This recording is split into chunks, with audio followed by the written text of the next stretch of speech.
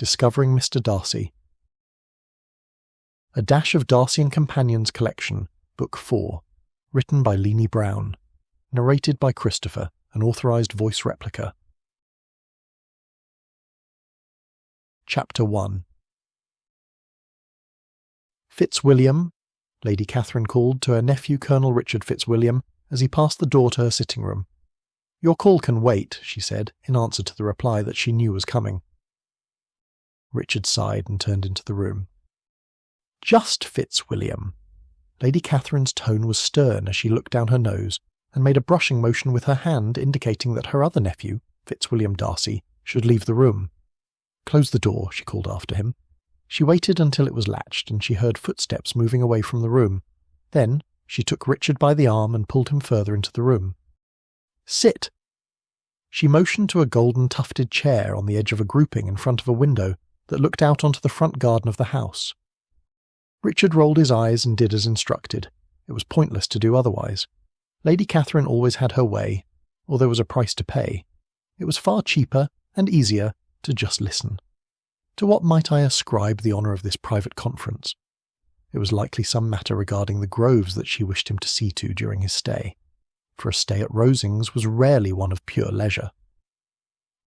Lady Catherine's eyes narrowed at his cheeky tone, but she did not reprimand him for it.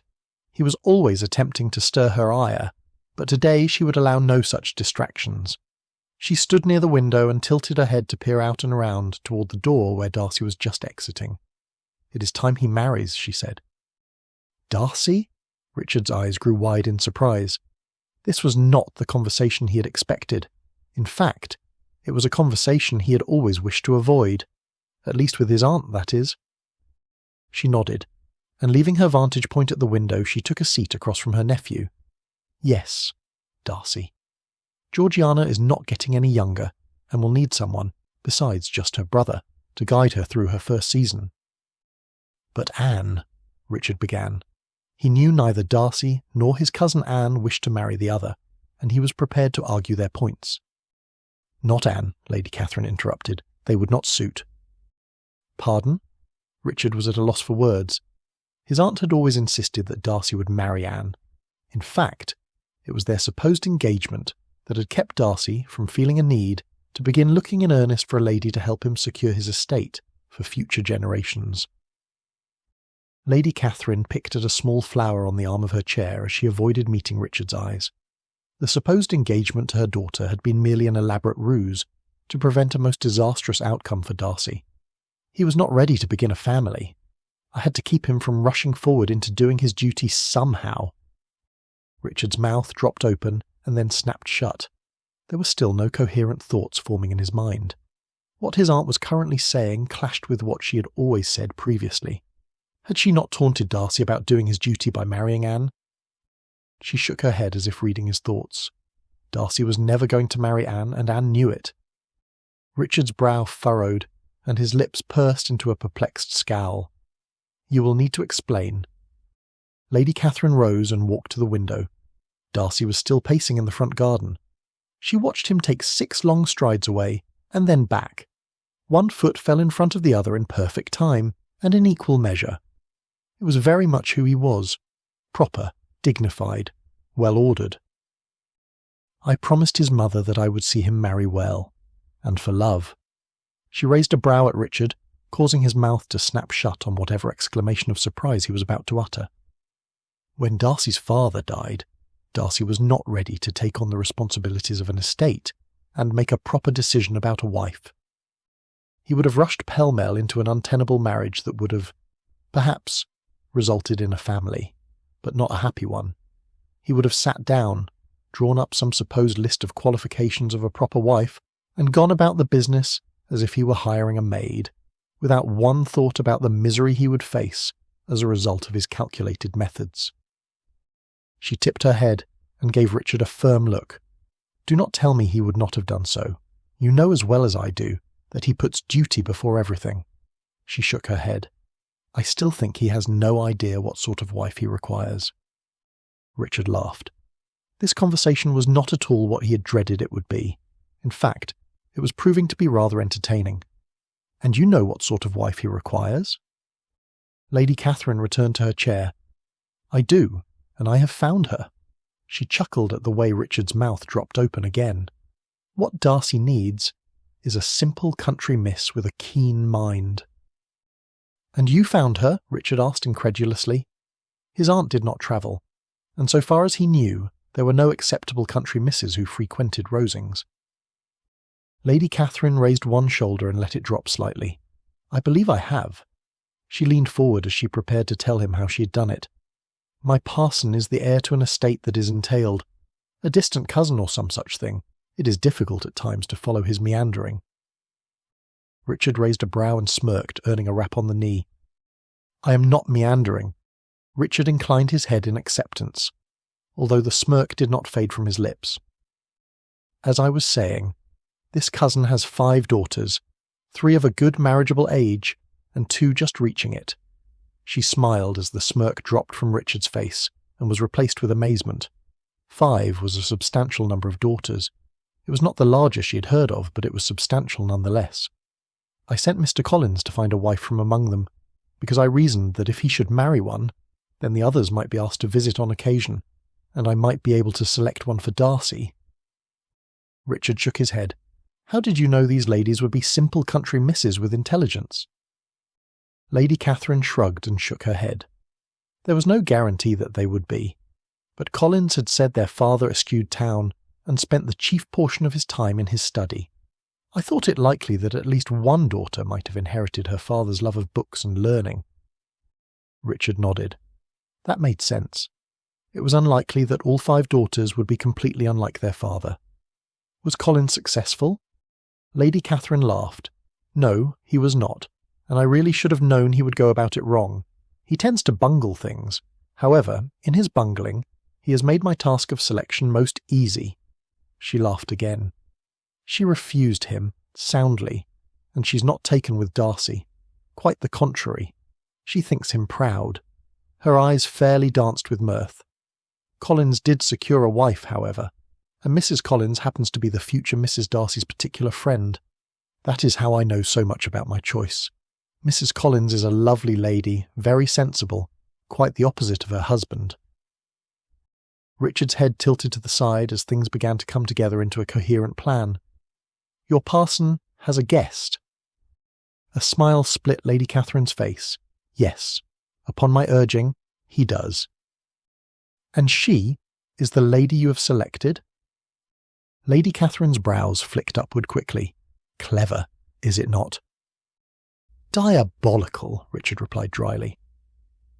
Lady Catherine shook her head. "Did you see how quickly Darcy agreed to visit the parsonage? I assure you that it is not because he has a fondness for my parson." She leaned forward again and spoke in a whisper. "He danced with her." Richard blinked. "Darcy danced?" That did hold some weight then. Darcy did not dance with anyone outside of his close sphere of friends. Lady Catherine gave a satisfied nod. "Danced and argued with her, and then fled the area. He's smitten. Mark my words." She rose and motioned for Richard to follow her. "Note how he acts on your call, and when they come for dinner this evening, flirt with her. You will see I am right." Richard rested his hand on the doorknob. "And if you are right, what then? If they have argued, it follows that one or both might not be willing to enter into a marriage." "One does not have to be willing to enter a marriage for a marriage to happen," replied Lady Catherine with a sly grin. "A compromise?" Richard could not help the small bit of excitement he felt about the possibility of a sneak attack. "I shall not admit to it now, or later," said Lady Catherine. "But they will marry. We shall see to it." Richard chuckled as he left the room. While Darcy might have managed to outmaneuver the ladies and their mothers in the ton, he would stand no chance against their aunt. "You're smiling," Darcy noted as Richard joined him in the front garden. Smiling, after the completion of an interview with Lady Catherine, was not a typical response. Rubbing your temples and seeking fresh air like a drowning man was a more likely reaction. Though Lady Catherine could be quite pleasant, and even indulgent at times, she was, more often than not, demanding when she required an interview. "It is a pleasant day, and I have escaped from our aunt with no more than a lecture on doing my duty while in residence. It was not entirely truthful, but there was enough truth in the statement for Richard to speak without so much as a pang of conscience. In fact, there was something rather like anticipation stirring in him as he considered how he and his aunt might capture their quarry. He would do as instructed and make his observations, and then, armed with the proper intelligence, he and Lady Catherine would contrive a plan. Yes, well, your duty only involves touring the grounds. Darcy knew his duty, as his aunt saw it, was to become the owner of the grounds, through marrying her daughter Anne. It was a duty that he in no way wished to fulfil. He sighed and rubbed his temple, thankful that he was out in the fresh air. Richard glanced at his cousin. You should tell her of your refusal to marry Anne. Darcy drew in a deep breath and expelled it. I intend to do so before we leave, but to do it now would make our stay more than a little unpleasant. Richard's brow furrowed. You truly mean to tell her? He had told Darcy to speak to his aunt on each occasion when they journeyed to Rosings. Darcy had always claimed he would when the time was right. However, the correct time never seemed to present itself. Darcy nodded. It is time I consider marrying in earnest. I am nearly 30, and Pemberley needs an heir. It is best to think of that while there is still hope of securing a wife happily. There was an heir to produce for Pemberley. This was true, but it was not his real reason for considering marriage. No, that reason, the lady he wished to find a way to marry, was currently installed at the parsonage in Hunsford. He had tried to escape it. He had hidden away and surrounded himself with work. He had attended functions and the theatre. He had done everything he could think of to avoid what his heart was telling him, because his heart's wishes did not match with the list of wifely qualifications in his head. Richard chuckled. You think that with an estate the size of Pemberley and the looks of your father, you would have to force a lady into marrying you even if you were twice your age? He shook his head. I cannot think of any lady of my acquaintance who would refuse you. I am not eloquent, Darcy replied. Ladies find my reserve off-putting. That is not without remedy. You have no trouble smiling and talking with Bingley or me. Both you and Charles are like brothers. I have no trouble speaking to Georgiana either. Richard twirled his walking stick in the air and slashed at a bush along the path. I have seen you speak to ladies at soirees. I have been terse and often stumble over my thoughts. Darcy caught a loose stone with his toe and sent it skittering across the path. I wish it were not so, but it is. The right woman will loosen your tongue. Richard gave him a sidelong, appraising look. There was a slump to Darcy's shoulders, as if he had already given up hope of ever being able to speak to the right lady. Have you found a lady? Darcy blinked. No, he stammered. His ears heated with embarrassment. He was certain from the twitch of his cousin's lips that his reply was not accepted. Hopefully Richard would just let it pass. Bingley thought he had found a lady.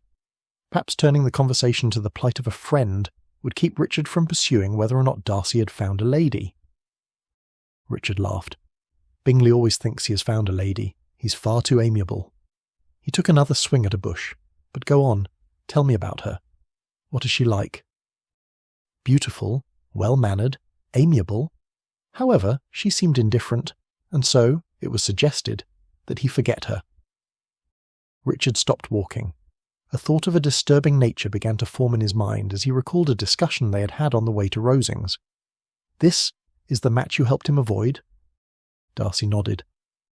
So it was not her connections to which you objected? No, I did not wish to see him in a marriage of unequal affections. And this lady was one he met in Hertfordshire? Darcy nodded.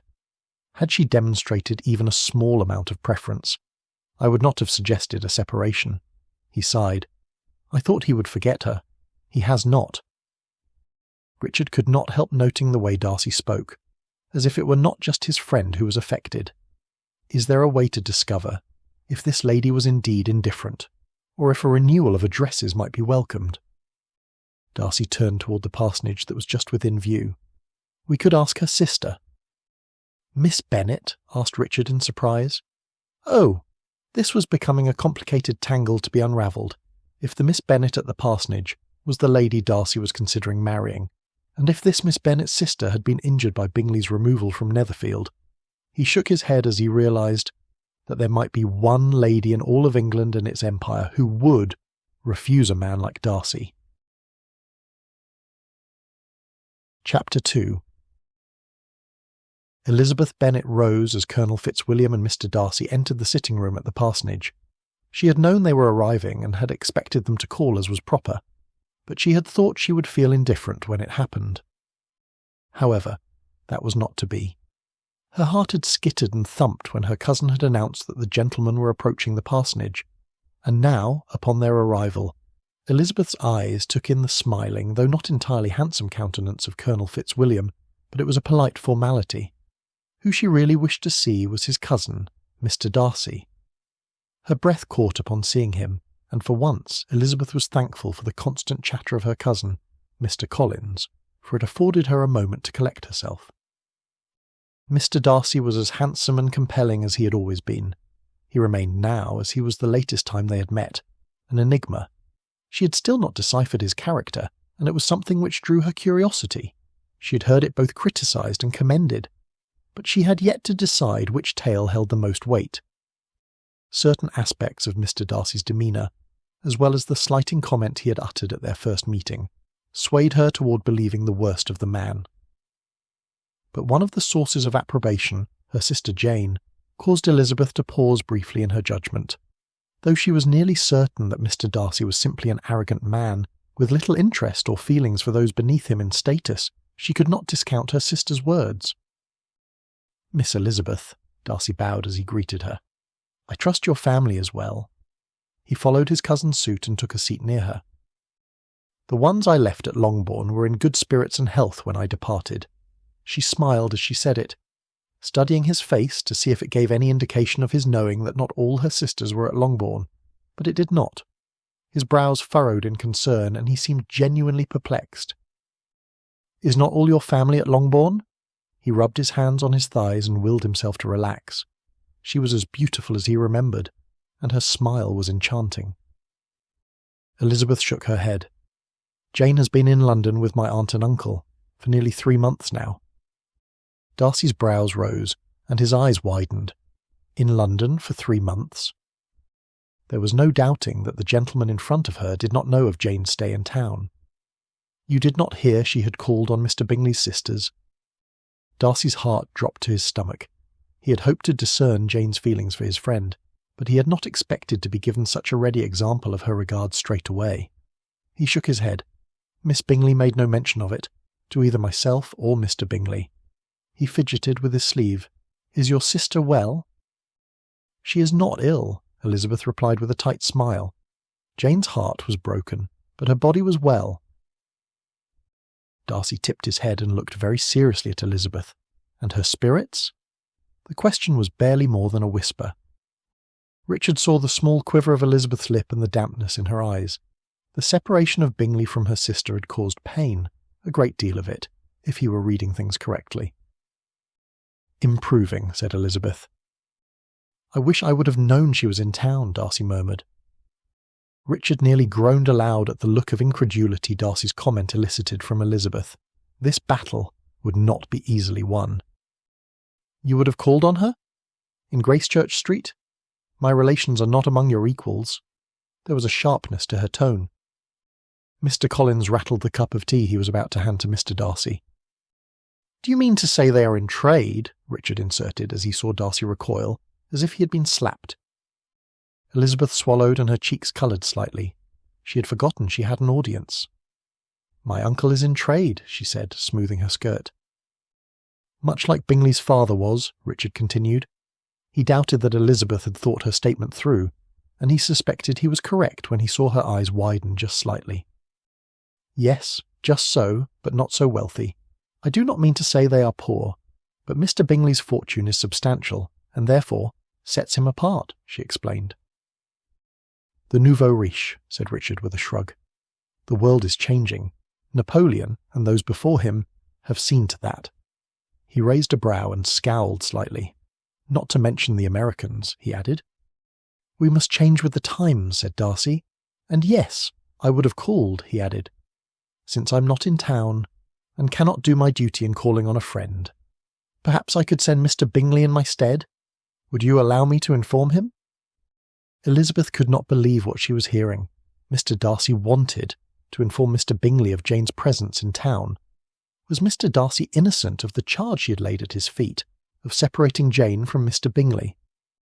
"Seeing a friend might lift your sister's spirits, might it not?" asked Richard, when no reply seemed forthcoming from Elizabeth. "Oh, indeed. A call from a friend is always just the thing to lift anyone's spirits," said Mr. Collins. "And to have a call from someone, such as the friend of one such as Mr. Darcy in such a place in town, is not something at which to scoff. I am certain my cousin Jane knows her place and would feel the importance of such a call." Richard saw Darcy's face darken. Mr. Collins was obviously a fool, and Richard knew how little tolerance Darcy had for fools. So Richard smiled and replied before Darcy could. "I am relieved to know that Miss Bennet is a woman of sense. There are far too many nonsensical people in this world." "There most certainly are," agreed Mr. Collins, and so began a lengthy commentary on what was and was not deemed foolish, according to Mr. Collins. For the others could scarcely insert a word with the multitude that fell from the parson's lips. Richard could tell by the twitch of Miss Elizabeth's lips and the twinkle in her eye that the absurdity of her cousin's speech was not lost on her. Finding it challenging to listen to Mr. Collins, Richard began to make a mental assessment of the situation. Miss Elizabeth Bennet had been drawn to look at Darcy, almost immediately upon his arrival. There was interest there. However, she seemed to have a poor opinion of Darcy's character. Such a thing was not entirely unexpected. Darcy's reserve often led people to believe he was proud. That would need some attention. Then there was the issue of the injured sister. He would allow Darcy to attempt to smooth that over. Miss Elizabeth had seemed startled into silence at the mention of a repair being made, so the breach did not appear to be insurmountable. At a rare pause in Mr. Collins' commentary, Richard followed Mrs. Collins' lead, and chuckled at whatever it was that her husband had said. Miss Elizabeth's face shone with amusement. The lady possessed a sharp tongue and a keen wit. Darcy would not tire of such a woman, as he did of the ladies of the ton, who had a limited ability to enter into debate. Richard suspected that Miss Elizabeth would not shy away from a debate. This was good. He took a sip of his tea, satisfied with all the qualities he had observed in Miss Elizabeth. She was, as his aunt had declared, just the sort of lady Darcy should marry, and added to all these recommendations was the fact that she was compellingly pretty, and she affected his cousin in a way he had not heretofore seen. Darcy was uncomfortable around most ladies, but he did not dry his hands on his trousers or tug at his sleeves and cravat as he did in Miss Elizabeth's presence. The battle might not be easily won, but it would be a victory worth the effort. Richard turned his attention back to the conversation at hand, just as Mrs. Collins was interrupting her husband, before he could venture off onto another topic which none but he cared to discuss. "I trust your journey was good," Charlotte said, looking first at Darcy and then Richard. "Oh yes, how foolish of me not to remember to inquire," said Mr. Collins. "It is one of the many benefits of having a sensible bride." He took Charlotte's hand.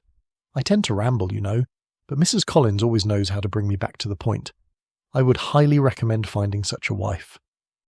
"Thank you, my dear," Charlotte replied, as a hint of colour added a bit of charm to her features. How a sensible woman, such as Mrs. Collins appeared to be, had ended up with such a husband as Mr. Collins and was able to seemingly enjoy his praise was beyond Richard's comprehension. But it could not be denied that there had been at least a few small looks and smiles shared between the two. They seemed genuinely content, if not happy. "Our journey was without event," said Darcy. "It was quite pleasant, even if I had to endure it with one so silent as my cousin," said Richard. It would do Miss Elizabeth good to see Darcy being teased. "I was not silent," protested Darcy. "No, not silent, but not talkative either." It was a prod, to get Darcy to engage in a bit of banter. Darcy's eyes narrowed and he shook his head. "There was not silence enough for me to enter more than a few words." Richard shrugged, pleased with the startled look the comment had drawn from Elizabeth. Yes, indeed. She needed to discover the less formal side of his cousin's character. "I do have a tendency to expound on many things." Darcy chuckled. "No truer words have ever been spoken." Elizabeth tilted her head and studied the man seated to her left. She had never heard him chuckle, or even appear to be slightly amused, and such a spectacle must be observed carefully, for she was not certain when it might happen again. "And what sort of topics interest you, Colonel Fitzwilliam?" Elizabeth asked. "Himself," muttered Darcy, his lips curling up in a hint of a smirk. "I am of great interest," Richard agreed with aplomb, "but my father supplies a good deal of material, as do my brother and his children. He has two, an heir and an almost spare." "An almost spare?" asked Maria, Mrs. Collins's younger sister, who was also staying at the parsonage. Richard nodded. "She is a second child, but she's not a son and cannot inherit the title, so Millicent is the almost spare." "That is horrid," said Maria, with all the indignation a lady of 16 could muster. "I do not make the rules for inheritance," replied Richard. "My brother and his wife were so certain that their second child was to be a boy, that when Millie was born, and not a boy, the moniker just seemed appropriate." He winked.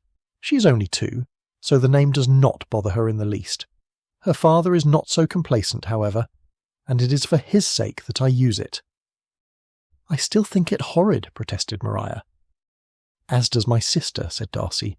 "Georgiana is forever scolding Richard for saying it, but in my cousin's defence he never uses it in Millicent's presence. It is truly only a phrase to torment the Viscount." "Then I should like Miss Darcy quite well for rendering such a service on behalf of her little cousin." Maria's chin lifted as she said it, and Mr. Collins cleared his throat uneasily. "I think you would like Georgiana regardless of her scolding of me," said Richard. "She's a shy girl, but sincere and loyal, traits that run true in our family. One such as yourself could not go wrong in befriending her." "Miss Darcy has a tender heart, it would seem," said Charlotte. "Yes," replied Darcy. "Georgiana possesses a very affectionate heart." Elizabeth's brows furrowed slightly. This description did not match that of Mr. Wickham's. Wickham had claimed Miss Darcy was proud and cold, but then she was currently being described by her relations, and there must be some allowance for prejudice. It was only natural and proper. Richard checked his watch. Miss Elizabeth was looking confused enough that it might be best to take their leave, while she was still feeling unsettled. "It has been a pleasure," he said as he snapped the cover closed over his watch, "and I am given to understand that you will be joining us for dinner." "Oh, indeed," said Mr. Collins. "Lady Catherine is very gracious in her attentions." "I am certain she is," Richard said as he stood to take his leave. He had no desire to hear the man launch into an exaltation of Lady Catherine's finer qualities.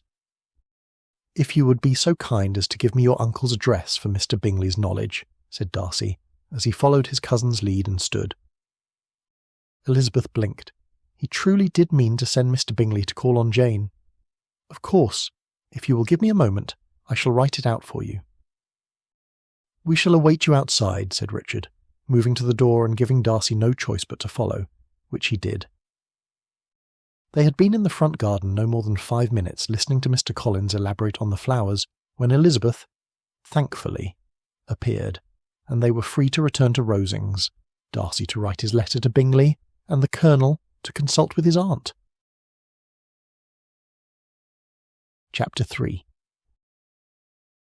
Elizabeth could not, for any inducement, come to a conclusion on what manner of man Mr. Darcy was. When he had called at the parsonage yesterday, he had been amiable and polite.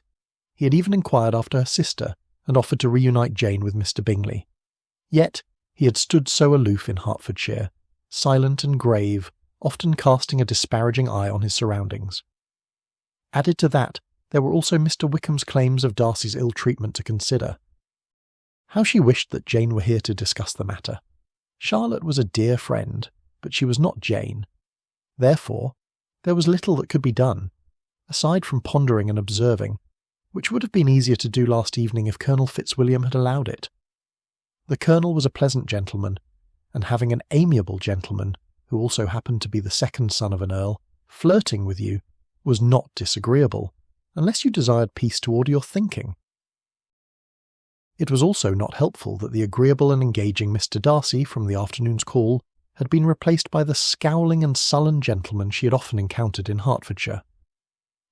Elizabeth paced a circle around a bench at the far edge of Rosings' garden.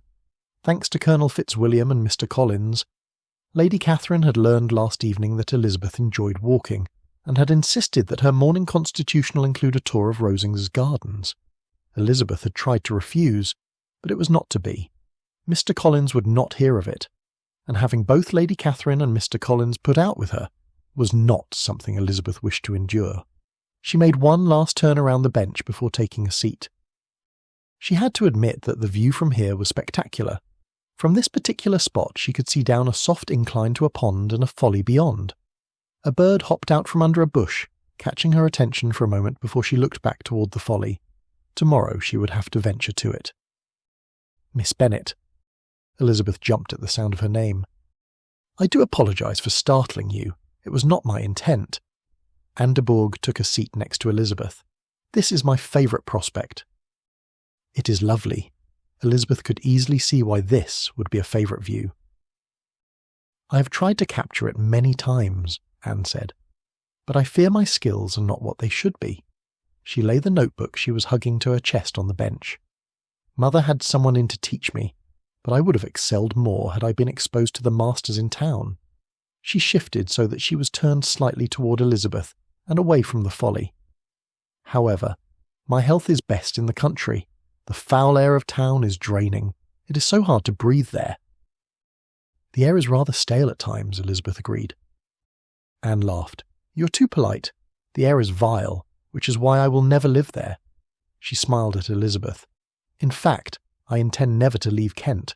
I would dislike being any distance from my mother. She and Mr. James, the apothecary, know best how to help me when I become ill. I would trust none other. Elizabeth's brow furrowed. Were not Mr. Bourgh and Mr. Darcy betrothed? How would she be able to stay in Kent once she married Mr. Darcy? Elizabeth placed a hand on her heart as it pinched with sadness. It was strange that it should hurt just now. She attempted to focus her attention on the view before her, but her curiosity would not be quelled without knowing the answer to her questions. Forgive me if I'm impertinent, but are you not betrothed to Mr. Darcy? Elizabeth asked. The strange, sad pinching repeated itself. You have heard of that? Anne asked in surprise. I have, Elizabeth admitted. Anne sighed and smiled. From Mr. Collins, most likely. Yes, he was one source. Elizabeth bit her lip. She should have just acknowledged the truth of Mr. Bourgh's statement with a simple yes. There was no need to bring up the fact that she had listened to Mr. Wickham's tales, and yet that seemed to be exactly what she was doing. And the other? Anne's eyes were wide with interest. It was someone who claims a long acquaintance with Mr. Darcy, she replied. But it was not enough of an answer. Mr. Bourgh waited expectantly for a name. Elizabeth looked down at her hands, embarrassment stealing its way across her cheeks. Mr. Wickham, she admitted. That scoundrel, declared Mr. Bourgh. It is best not to believe more than half the words that come from his mouth. Elizabeth could not contain her shock. He seemed charming. Anne laughed bitterly. Oh, he is charming. He will charm a lady right out of her stays and stockings and leave her smiling, until she realizes he will not be returning, unless she has a fortune, of course. Then he will return. But it will not be for her. It will be for the gold in her possession. Elizabeth gasped. I assure you, it is true. I cannot give particulars, but rest assured, he is no friend of Darcy's. Not any longer, at least. Elizabeth did not know what to say. She had been so certain that Wickham was trustworthy. He had smiled and whispered in such a believable way. Why Darcy did not run that blackguard through for his treachery I do not know, continued Anne. If I were a man and had been so ill-used, I would have. Elizabeth shook her head. Mr. Bourgh's words did not match at all with what Elizabeth had heard from Mr. Wickham. Mr. Darcy was ill-used, she asked. Not Mr. Wickham. She wrapped an arm around her stomach, which was turning most unpleasantly, and tears gathered along the rims of her eyes. If what Mr. Bourgh was telling her was true, she had been most assuredly fooled. Mr. Wickham had spoken so firmly, so clearly, so lacking in anything but assurance that his story was correct. Anne's expression softened as she took in Elizabeth's state of shock. Mr. Wickham is a master storyteller, is he not? Elizabeth nodded and blinked, but instead of dispersing her tears, The action caused one to roll down her cheek. "I would tell you the true tale," Anne said, "but Darcy might not approve. It is his story to tell, after all, and of a delicate nature." As Elizabeth wiped at the offending tear, her mind returned to her original question. "You're not betrothed to Mr. Darcy?" Anne smiled and picked up her notebook. "He has never asked, and I have never accepted." "Would you?" The question escaped Elizabeth before she could think better of it. Why she felt compelled to know this bit of information she did not know. Curiosity, she supposed. She had always been a curious creature. Anne shook her head. "No, he has homes in London and in Derbyshire. Neither is close to Rosings." She took a pencil out of her reticule. "And I do not love him. I would prefer a love match." Elizabeth did not know what to think. The world seemed to be standing on its head.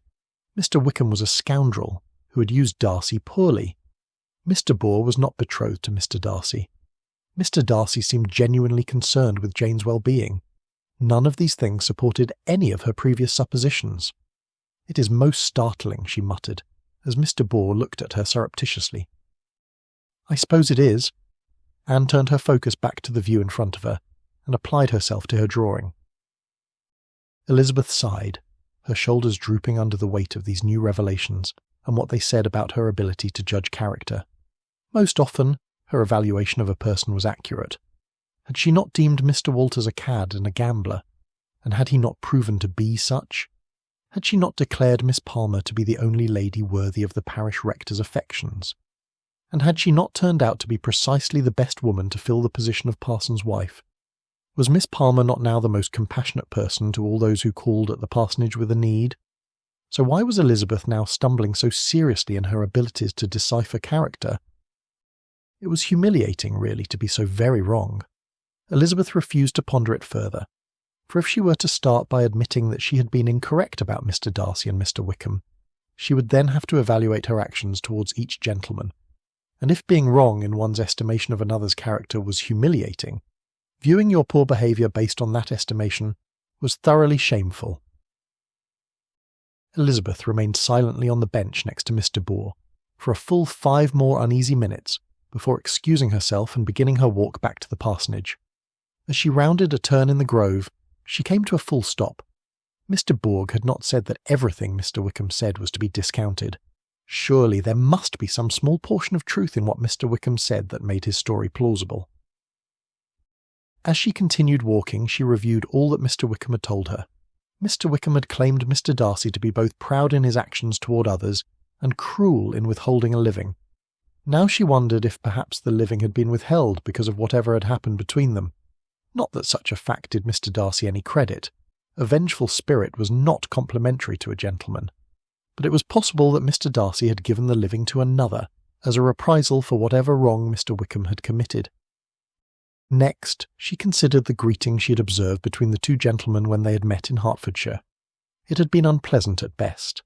In fact, it had seemed rather filled with loathing.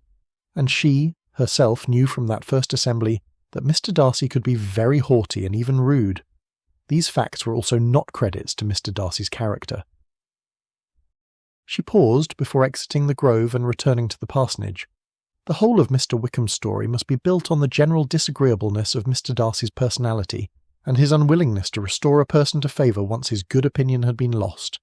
If it were not true that Mr. Darcy was arrogant, and had Mr. Darcy's actions in Hertfordshire been more unpretentious, not a word of Mr. Wickham's story would be believable. She smiled, relieved that she had finally deciphered something about the man from Derbyshire, and that she had not been entirely wrong in her assessment of him. He was proud and arrogant. That remained true. She bit her lip as a pang of something stabbed at her heart. It did remain true, did it not? She shook her head. It would not do to be so wavering. She would leave room to shift her opinion if it became obvious that it was not correct. But for now, she would hold to her assessment. Mr. Darcy was proud and arrogant. This was, after all, based not only on the words of Mr. Wickham, but also on Mr. Darcy's actions. Had he not slighted her most grievously? Had he not worn a disdainful look frequently? Yes, she told herself, rubbing softly at her heart. It must be true. Chapter 4. Darcy turned his horse toward the stables. He had thought to walk in the grove this morning with the hope of finding Elizabeth there, but having seen her smile and laugh at his cousin last night, coupled with the comments Richard had made this morning regarding Elizabeth, Darcy had decided a long, hard ride would be better. Of course, Darcy knew Elizabeth's eyes were expressive and captivating. He did not need his cousin to point that out, nor did he need Richard to alert him to the fact that Elizabeth was witty and charming. Darcy knew these things. She was blasted enchanting, for heaven's sake. That is why he was considering asking her to marry him. She had captivated his heart and mind, and he could not remove her from either, no matter how hard he had tried to do just that. He slowed his horse. He had no desire yet to see Richard. A brief time in the garden or near the folly might ease his mind a bit more. It would do no good to be agitated in his aunt's presence, for she would badger him until he said something unflattering, or told her the very thing that was bothering him. He sighed. Lady Catherine was not horrid. She just was not always pleasant. He chuckled to himself. He was not certain many would agree with him.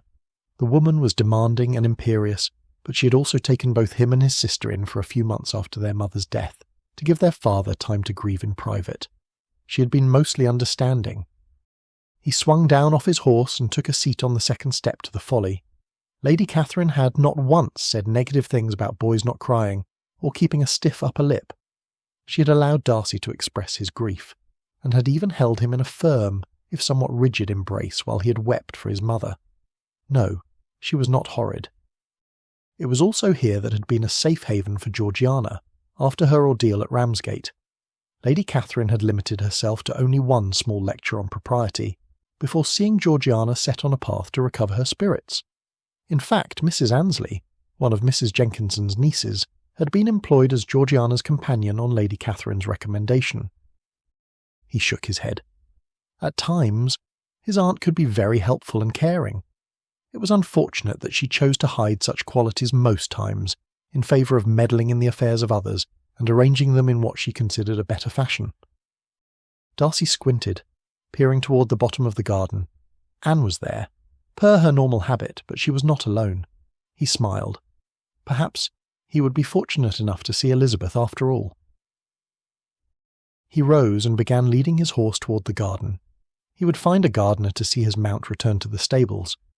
If Darcy were quick enough, he might be allowed the privilege of walking Elizabeth back to the parsonage. Such a walk would afford him the chance to see if his addresses might be welcomed. Fortunately, he was able to locate a gardener who was willing to put aside his work for a few moments to return a horse to the stables. Darcy slowly approached the bench where his cousin sat. It was not fear or nerves that caused him to be unhurried. No, he was enjoying the view of Elizabeth with her bonnet in her lap, and her cheeks glowing from activity. It was captivating. He stopped a short distance away, so that he might just admire her for a moment. There was something wrong. Her head was lowered, and she occasionally brushed at her eye, as if drying a tear. He began walking toward her again, but she stood, and with a hasty curtsy began walking away toward the grove. She had looked in his direction and fled. His heart sank.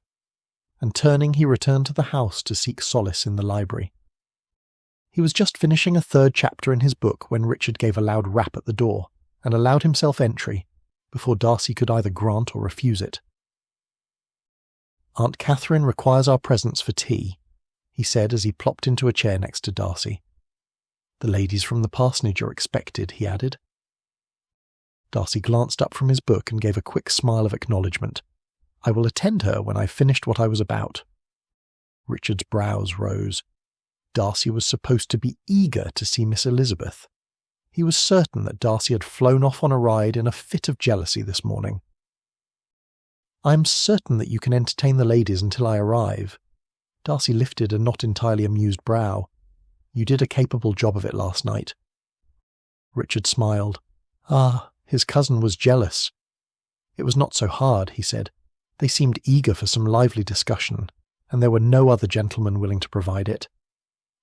Darcy rolled his eyes. "You know that I am not so comfortable in social settings as you are." Richard shrugged. "You seemed at ease when we visited the parsonage. I'd almost imagined you were interested in Miss Elizabeth." He studied Darcy's face for the telltale flinch of his jaw muscle. That always told Richard when he'd hit upon the truth of a matter that Darcy was trying to conceal. There, just then. Was that not a flinch? Richard was almost certain it was. Darcy returned his eyes to his book. "I had almost expected a proposal from you last night," he grumbled. "Your advances were not subtle." Richard bit back a smile. Darcy was more than jealous. He was provoked. The thought should not have pleased Richard so much as it did. However, Darcy was not easily riled, so it was a sort of accomplishment. "She is lovely," he said thoughtfully, steepling his fingers, and resting his chin on them as if considering the lady. "She's not for you," said Darcy. "And why not?" asked Richard, purposefully knocking his foot against Darcy's leg as he extended his feet and crossed them. "Your father would not approve." Darcy snapped his book closed and glowered at Richard. Why must his cousin carry on as if he was actually considering Elizabeth as a potential bride? Had Richard not always claimed that a lady's first, a most important qualifying asset, be her dowry? Surely he knew Miss Elizabeth was not an heiress. "Nor would you," Darcy added. Richard chuckled. "And pray tell, what makes Miss Elizabeth unacceptable?" Upon hearing her name, Elizabeth froze outside the half-open door to the library. Charlotte gave her a quizzical look, but Elizabeth held a finger to her lips. "Her portion is not ideal." Darcy refused to comment on the size of it in particular, for to him, and many a gentleman with a good inheritance, it was not beyond consideration. However, to Richard, who claimed to wish for an heiress to allow him to live in a style to which he was accustomed, it was not enough. "A small matter," said Richard, struggling to keep from smiling at the narrowing of Darcy's brows. Clearly his cousin was smitten. "Her family has ties to trade," Darcy said with a lifted eyebrow for Richard. Lord Matlock was not backwards in his thinking, but some of his trusted political allies were. "That should not be an issue, unless running for Parliament, and even then, it is not insurmountable," Richard retorted with a shrug. Darcy lowered his voice. The only other reason he could think of to use to dissuade his cousin was not a flattering one, and he did not wish to have anyone overhear him say it. However, his voice was not quite low enough for Elizabeth's keen sense of hearing. "Her family, her mother in particular, tends toward the ridiculous in a loud and tactless fashion. Her younger sisters are ill-behaved, and her father does naught to stop them. I believe he finds humour in their antics." Darcy's heart raced as he spoke the words. Though true, they were cruel. Elizabeth closed her eyes against the pain of his words. She was right. He was proud, arrogant, and heartless. "Come," whispered Charlotte. "Lady Catherine will be wondering what has caused our delay." Elizabeth nodded and followed her friend. "You do not know the context of the conversation," Charlotte cautioned as they entered the sitting-room. "Withhold judgment until you do." "There is no context in which such a conversation is acceptable," muttered Elizabeth. "Ah, finally, you have arrived." Lady Catherine motioned for them to join her. "Miss Maria thought you had run off and left her on her own." Her tone was slightly teasing, a fact that would have startled Elizabeth as much as her companions if she'd been listening. However, Elizabeth's mind was still in the hall outside the library door.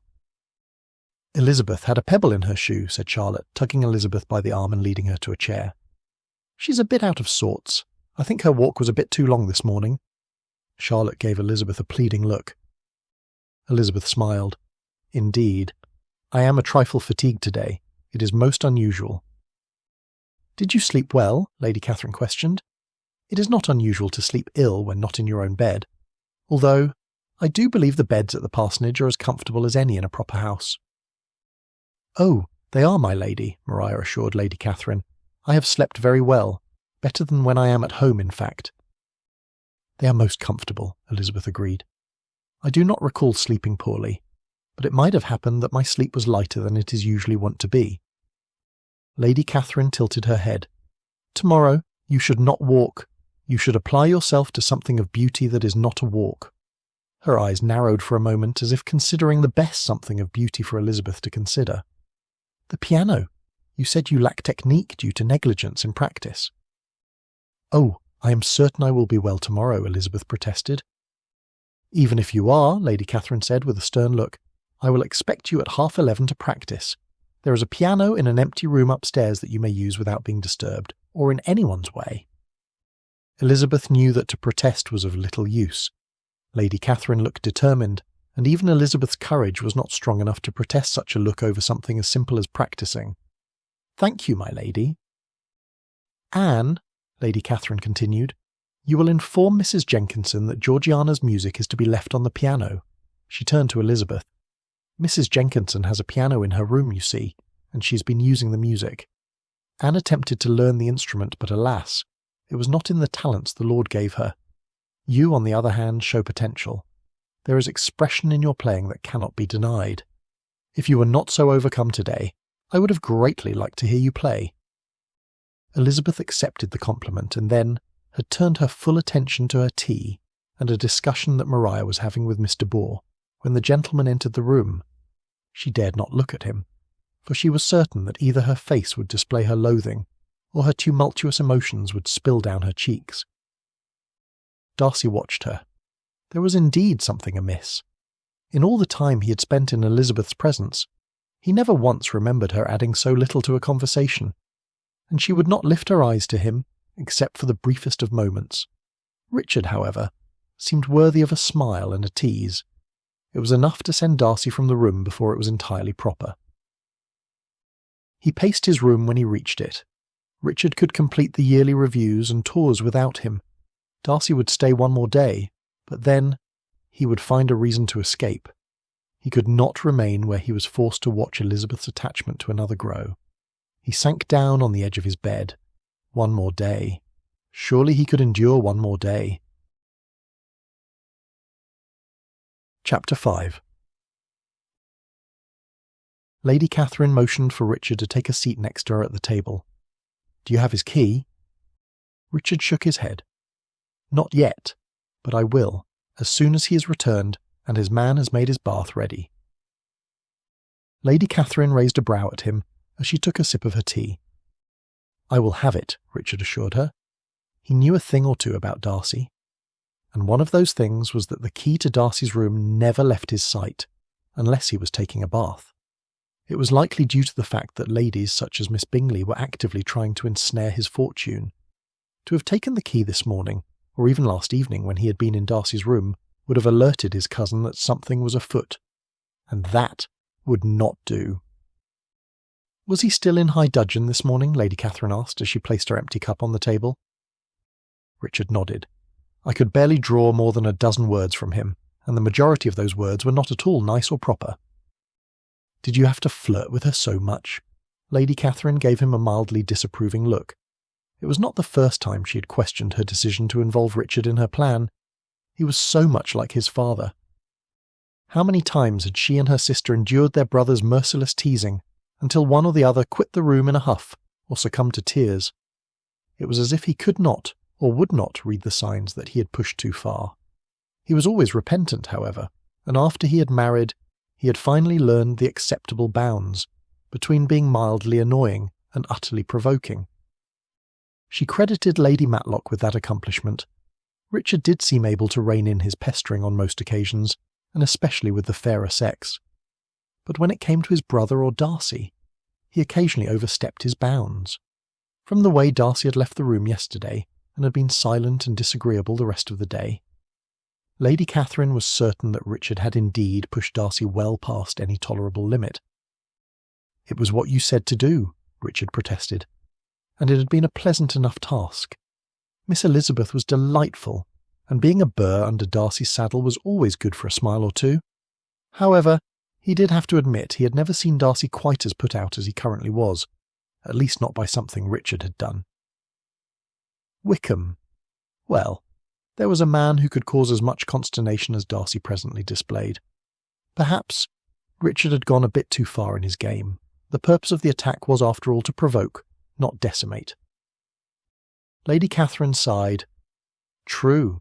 At least we know I was correct in my assessment of his attachment to the young lady. He's half in love with her already." Richard laughed. "No, my dear aunt, you're incorrect. He is completely besotted. He even tried to tell me why I should not pursue her, and in a very high and mighty fashion, condemning her connections and her family. The whole while he was rubbing his hands on his trousers and tugging at his collar. He leaned back in his chair. Darcy has never been good at speaking ill of the ones he cares about. That is because he is a proper gentleman. Lady Catherine's chin rose as she said it. My sister would not have raised him to be anything less. Her eyes narrowed slightly as her lips curled into a teasing smile. Unlike my brother. Richard's mouth dropped open. I am capable of being a proper gentleman. I just choose not to be. It is so dull. Lady Catherine chuckled.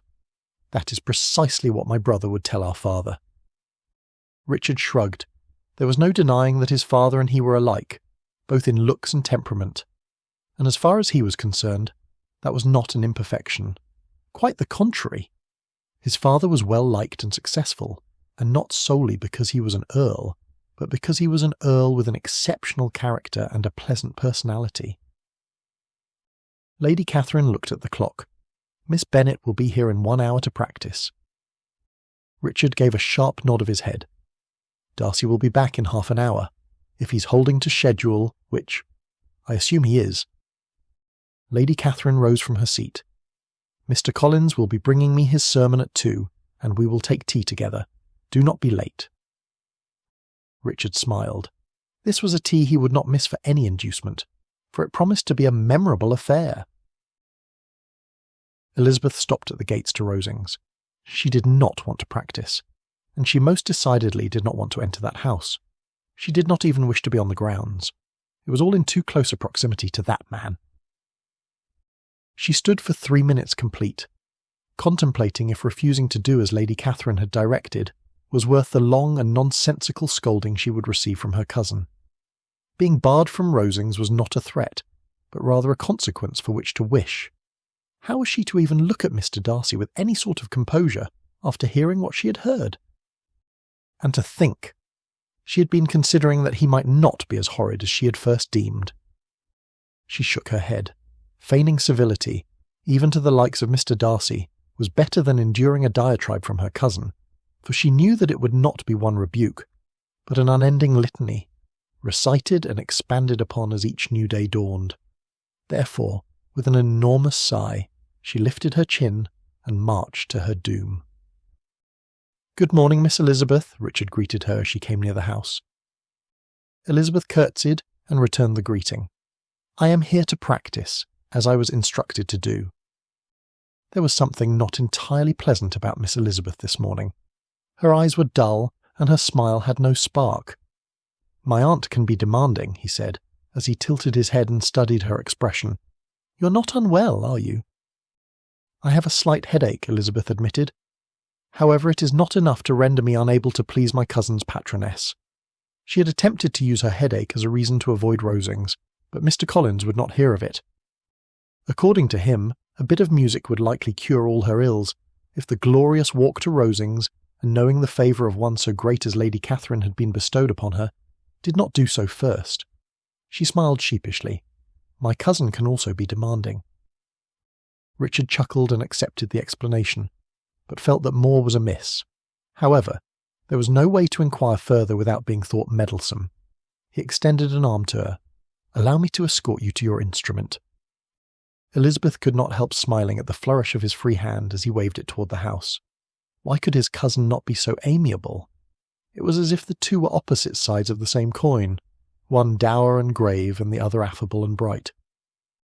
"I must admit that I'm selfish enough to be grateful for my aunt's insistence that you play," the Colonel said as they walked. "There are far too many stays here that are dull. A new friend and music do lend a certain delight to this visit." He led her up the grand staircase and toward the family wing. "It is only when Mrs. Jenkinson is required to play, or Georgiana is with us, that there is anything as pleasant as music about the house." "No one else plays?" Elizabeth asked. Richard shook his head. Anne's skill at the piano was passed on to her by her mother. He leaned closer and whispered, "No matter how much Aunt Catherine insists she would have been a proficient had she practised, it was not meant to be, or so my father says. But you mustn't tell her I said so, for I will deny it if you do." He turned as his batman, Mr. Stone, approached. "Did you find the missing item?" he inquired, but then held up a hand to prevent the man from answering. He needed Elizabeth only to hear a reason for his leaving her to find the piano on her own. He did not need her to hear any of the discussion about the item that was missing, because it had been taken at his request. He turned to Elizabeth. "I must apologise. There is a matter that requires my attention. 3 doors up on the left is where you will find what you need." "Oh, of course," Elizabeth replied. Richard turned toward Mr. Stone, but not so far as to not be able to see Miss Elizabeth's progress. "Do you have the keys?" Mr. Stone handed 2 keys to Richard. "And the bell?" "It is disconnected," said Mr. Stone. "From all 3 rooms?" Richard began moving down the hall as Elizabeth reached the door he had directed her toward. "Yes, sir." "And Darcy's man?" "He is resting uneasily below stairs, but unwilling to cross Lady Catherine." "He knows the purpose, does he not?" Richard stopped and waited until Elizabeth had entered the room he had told her contained the piano. Then he hurried toward the door and carefully locked it, almost as soon as it closed. "He does," whispered Mr. Stone, "but he fears he will lose his spot. I assured him that you and Lady Catherine would not allow it. Yet he is nervous." Richard pulled his man down the hall toward the servants' stairs. "No one is to open that door, or the 2 next to it." "The instructions have been given," Mr. Stone assured him. "No one is to come to this floor until you have given the go-ahead." "Excellent." Richard turned and looked back toward the door he had just locked. The handle was jiggling, and there was a soft knocking. Oh, Darcy and Miss Elizabeth were going to be angry. He blew out a breath. "I do hope they are in a forgiving mood, once they have been released," he said. Mr. Stone chuckled. "I would have thought that you would have considered that before undertaking this scheme." "You can be replaced," Richard growled. Mr. Stone shook his head. "No, I cannot be. Your father has promised my father that I will be your man for the duration of our stay in His Majesty's forces." He grinned at Richard's sly smile. "However, I realise that you could make my stay unbearable, and for that reason I will wish you well in this endeavour. I await your command." He saluted smartly and, pivoting on his heel, left Richard to watch the hall on his own. Richard pulled a sofa from where it stood near the servants' stairs to directly in front of the door to those stairs, and took a seat. It would be a long watch, but he must be certain that no one interfered with the plans that had been set in motion. "Have they been captured?" Anne asked quietly, poking her head out of her room, which was just down the hall. He waved for her to join him. "They have been. There has been rattling of the door, as well as a few knocks, but nothing further." "Darcy has not bellowed?" Richard chuckled. "Not yet, and I am fairly certain it will be a while before he does, since he is likely very improperly dressed." Anne's eyes sparkled. "Do tell." Richard leaned back and patted the seat next to him, eager to share his tale. Chapter 6. Elizabeth closed the door to the room. It was nicely furnished, with a couch and chair in front of the fireplace, and a lovely writing desk under the window. However, this was as much as she could see from the entryway, since an armoire blocked her view of the rest of the room. The piano must be on the other side of that armoire. She stepped around the piece of furniture and stopped. There was no piano. There was instead a very large bed with a trunk at its foot and a set of clothes laid out on the mattress, a set of men's clothes. And boots. There were boots standing next to a chair beside the bed. With her hand resting on her racing heart, Elizabeth turned back to the door. She had counted 3 doors up on the left. She was certain of it. She tried the handle on the door, but it would not turn. She pulled harder and then knocked softly as panic began to demand larger breaths to keep her head from spinning. "Richard, is that you?" Elizabeth's heart lurched.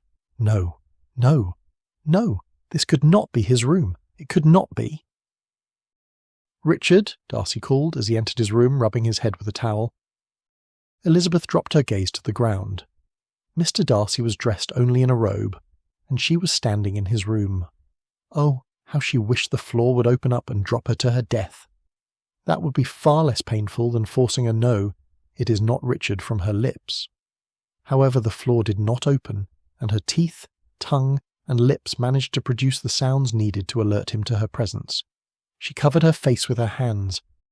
"The door is locked. I cannot leave," she added to her admission that she was not Richard. "Miss Elizabeth."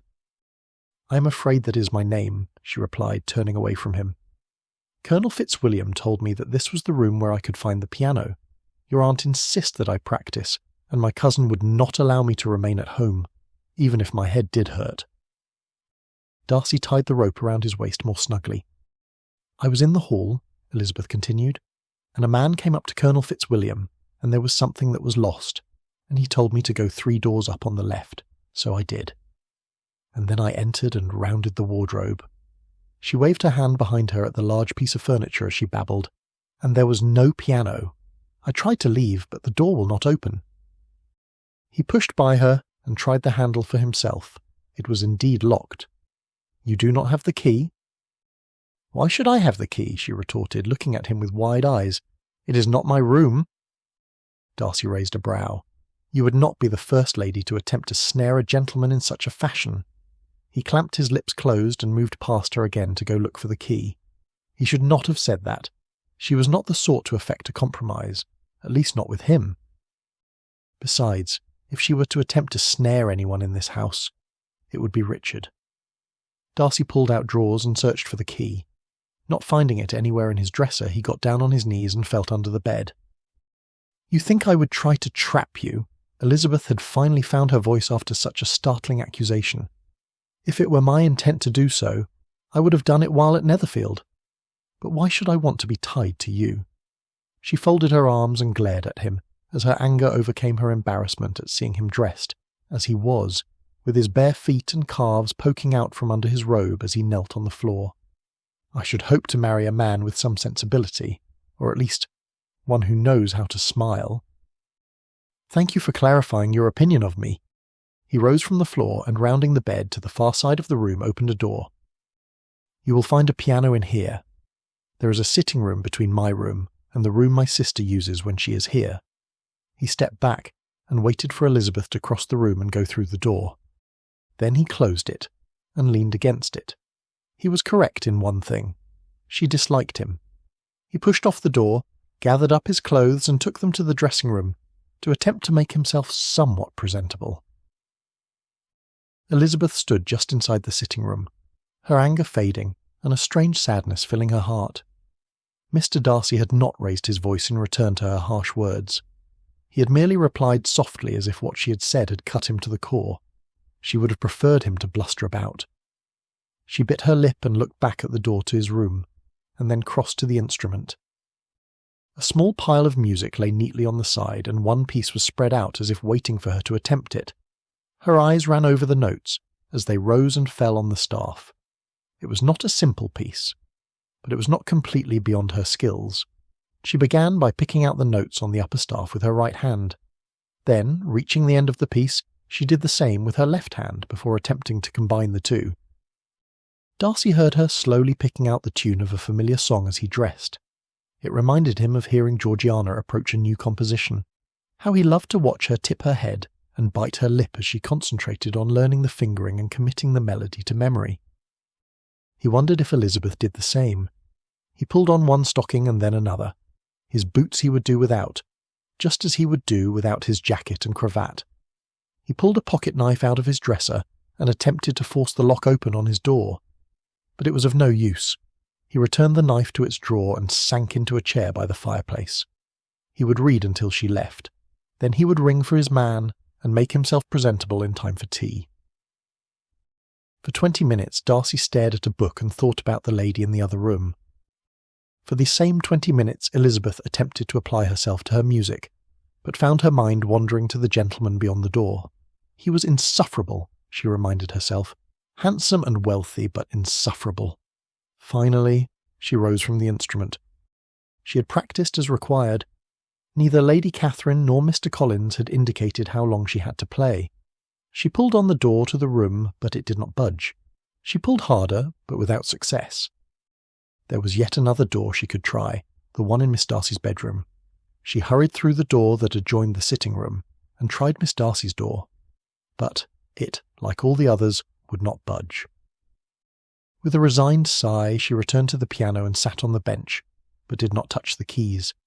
She was trapped, well and truly trapped. There was no way to leave these rooms without someone coming to let her out.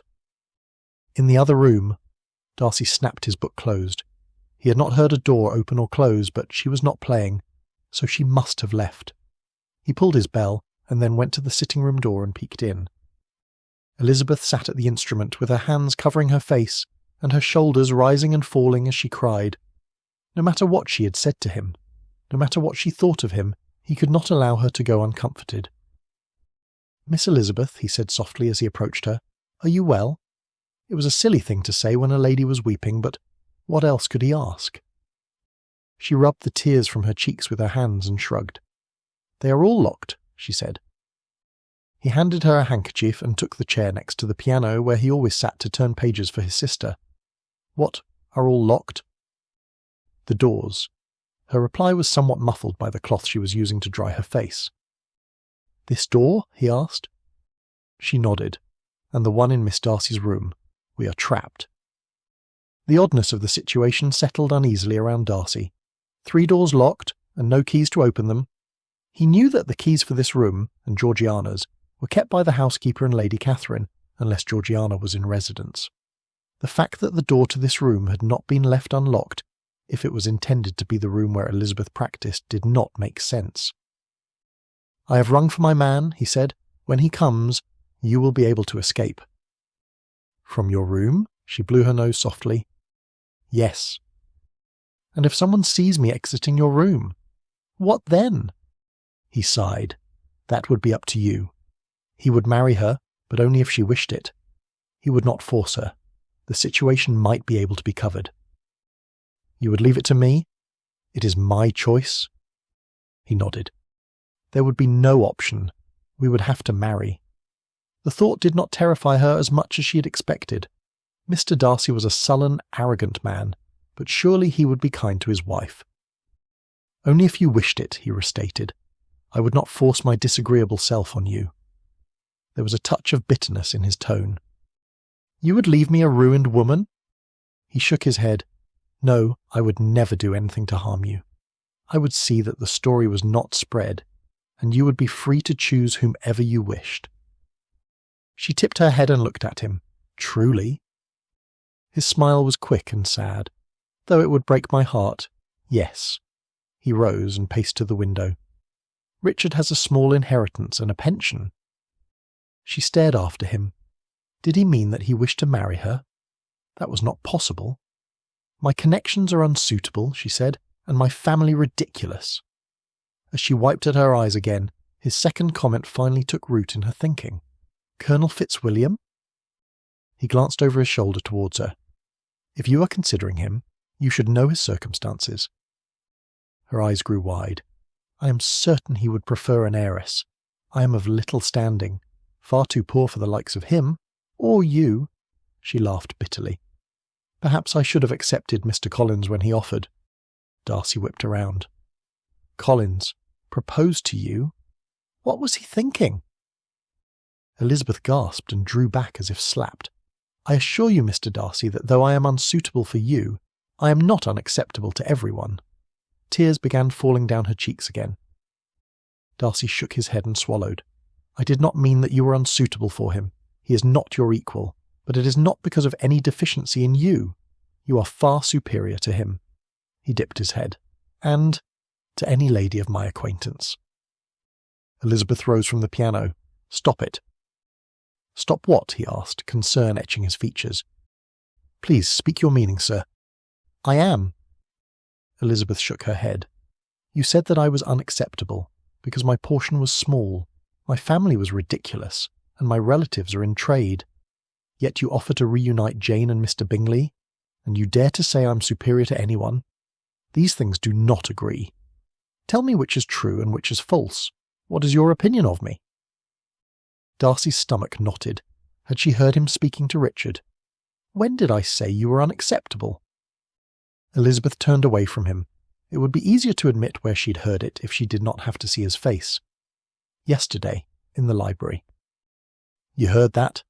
His question was soft and anxious, causing her to turn toward him. "I did."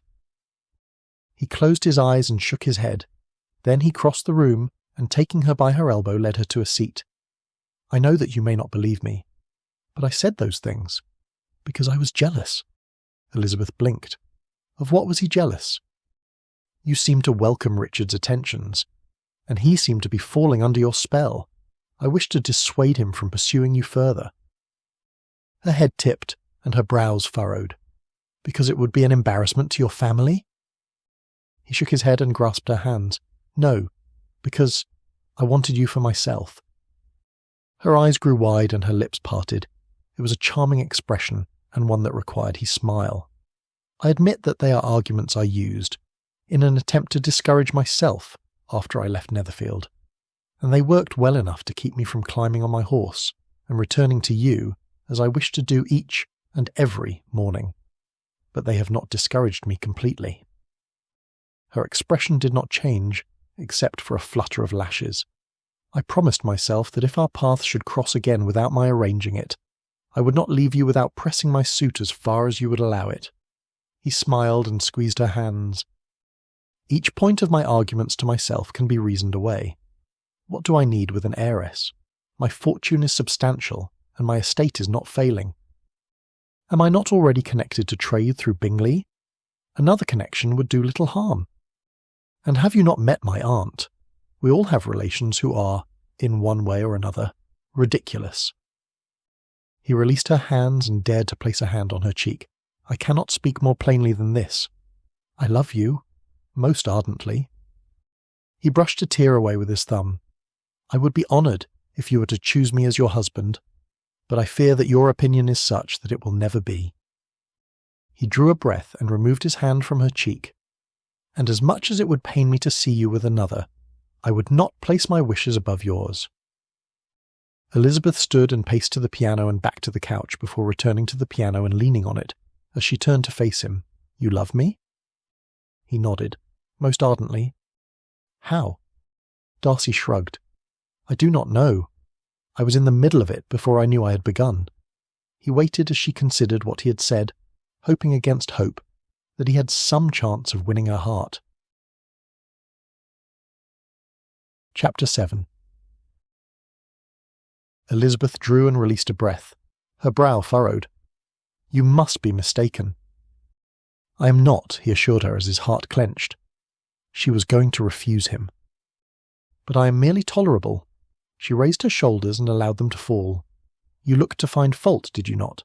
Is that not why you wore such a serious and critical expression when at Netherfield? Had she misunderstood his actions? He stood and joined her at the piano. It was impossible to speak to her of his heart when she was so far from him. I cannot explain away the first charge. I spoke harshly. There were reasons, but they do not justify my words. I was wrong. You have never ceased to tempt me. I found it challenging to conceal my interest. I wished to hear your thoughts, to see you smile, and to have you debate and challenge me. But there were others who would not have allowed it to pass unnoticed. He smiled sheepishly.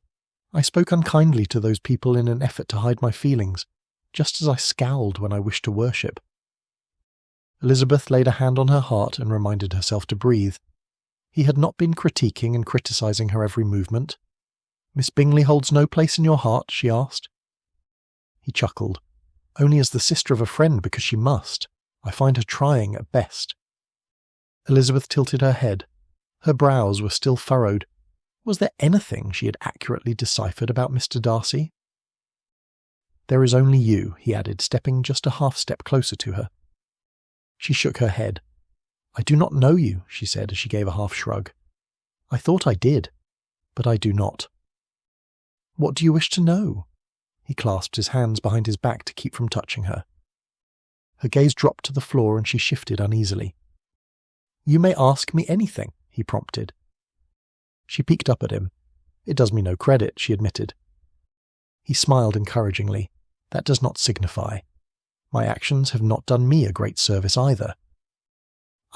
I was speaking with Miss de Bourgh, she stammered as her hands twisted nervously. There were stories that I had been told regarding you, but something she said has made me doubt their veracity. Darcy's jaw clenched. He was nearly certain he knew the tales she had heard, and from whom she had heard them. Wickham. It was only one word, but spoken with such loathing that Elizabeth took a small step to the side. Darcy drew in a great breath and released it slowly. What did he tell you? That I refused him the living that he had previously rejected? She nodded, though she felt somewhat confused. Wickham had told her about a living that was refused. He had not, however, mentioned having rejected it. Wickham is unfit for such a position, but that is not the sole reason for my refusal.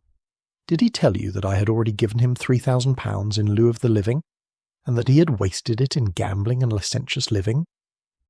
Here he briefly told her of his father's regard for Wickham. Her eyes grew wide in astonishment. £3,000?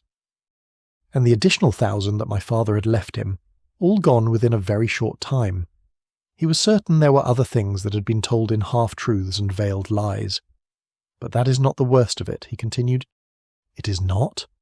Darcy's expression was grim, and Elizabeth feared what else she might hear. He preyed upon my sister's tender heart. Elizabeth gasped. Come, sit.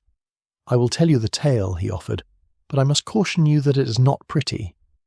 He took a seat next to her on the couch, and gaining her assurance that what he shared would be heard in confidence, he began telling her about how Wickham had duped Georgiana into believing she was in love, and about their planned elopement.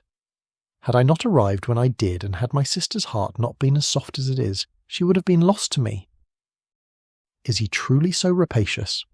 Elizabeth's emotions fluctuated between fury at Wickham's duplicity and disappointment in herself for having accepted his tale so readily. Sadly, he is. He could not resist taking her hand any longer. He is also a practised deceiver, and not even I am capable of ferreting out every cheat. If I were, Mrs. Young would have never been hired as my sister's companion, and Wickham's scheming would have come to naught before Georgiana was injured. Elizabeth gave the hand that held hers a comforting squeeze. He was not as unreasonable as she had deemed him, nor was he unable to acknowledge his own faults. "When did this happen?" she asked. "Last summer." She covered his hand with her free one. "So that is your reason for speaking harshly." His sheepish smile and slight nod assured her that she was correct. She gave his hand a pat, and then, withdrawing both of her hands from his, she stood. "Very well, Mr. Darcy. You're forgiven for your harsh words and grim looks." She cocked one brow impertinently before growing serious again. "I do hope you can forgive me for listening to such horrid tales and thinking so ill of you." She was rewarded with a smile. "I will take that as a yes. Now, where does that leave us?" He cast a glance around the room as if puzzled, and then with all seriousness replied, "I believe that leaves us locked in this sitting room." Her eyes grew wide and a small giggle escaped her. "You tease?" "Though I am not as skilled at it as my cousin, I am capable of occasionally teasing, and contrary to the decrees of Miss Bingley, I'm not averse to being teased by those I love." The way her lips pursed delightfully and her eyes sparkled, he was certain that he could learn to tease more often for such a reward. Elizabeth turned and walked toward the window. He was not at all what she had thought. His character was noble and little wanting. His heart was soft and generous, and he was not without a sense of humour. He was very likely the exact sort of gentleman who would suit her best. Besides your limited ability to tease, what else do you have to offer? You mean besides my heart? He chuckled when she rolled her eyes and shook her head. I have an estate and a sizable income, but I think you are already aware of that. She nodded and leaned against the wall next to the window. My mother may be silly and lacking in decorum, but I assure you that when it comes to a soirée or the eligibility of a gentleman, she is shrewd. I knew your status, almost before I knew your name, she shrugged. She has 5 daughters to see well married. Her lips curled playfully. My mother does not like you. Darcy's hand flew to his chest and his eyes questioned the truth of her statement. I am not her favourite, but even her least favourite daughter cannot be slighted without reproach. Elizabeth crossed her arms and lifted one shoulder in a half shrug. Your fortune, as well as your willingness to relieve her of a daughter, not to mention your seeing to the reunion of my sister and Mr. Bingley, will smooth any feathers you have ruffled. However, my father may not be so easily swayed since I am his favourite. Darcy, who was crossing the room to her, stopped a few steps from his destination. Are you accepting me? Elizabeth simply could not help the grin that spread across her face. A joyful bubbling was growing in her chest. I am considering it. He inclined his head in acknowledgement. He dared not completely hope that his greatest desire was nearly fulfilled. She could still change her mind, or her father could refuse. This thought caused his brows to furrow and a frown to form on his lips for a moment, before a smile replaced it. I have a library, 2 actually, one in town and another at Pemberley. They house thousands of books. Her eyes grew wide again, and her lips parted slightly. Thousands? He nodded. They are all at your disposal and your father's as well when he visits. There may even be a book or 2 with which I might be willing to part. She shook her head and laughed. A fortune for my mother and a book for my father. You, sir, are not without sense. He stood directly before her. What else must I do to convince you to accept me? He placed his hands on her elbows and drew her a step closer to him. All that I have is yours, body, mind, soul, and possessions. Will you allow me to debate and read? She asked. He nodded. With pleasure. You will not scold too often, she added. I will make mistakes and act foolishly. I will attempt to be understanding, he assured her. She bit her lip and studied his face. Will you love me? Until my dying breath. Will you love me? He echoed her question back to her. She nodded her head. I think I will. Indeed, she felt she already might, if the heady feeling of elation at his devotion to her was any indication. Will you marry me, whether or not we are discovered as we are? He slid his hands up her arms to her shoulders and drew her even closer. Darcy opened his mouth to continue speaking, but Elizabeth placed a finger on his lips. They were soft and warm, and for a moment she nearly forgot what she was going to say. She had never touched any man in such an intimate way. Her cheeks flushed, and she pulled her finger away. I am not choosing you because I am forced to do so. I am choosing you because I wish to. Her heart fluttered at his smile and the look in his eyes. Darcy cupped her face in his hands. Thank you, he murmured before he kissed her. The touch of her lips against his nearly undid him. He wrapped an arm around her and pulled her close, pressing her to him. Elizabeth did not resist. Instead, her arms found their way around his neck and her fingers wove their way through his hair. So delicious was the sensation of him that she did not hear the door to the room open. Mr. Collins stopped, frozen at the door. His mouth hung open but silent, as if the words of greeting he had meant to share had been snatched from his throat.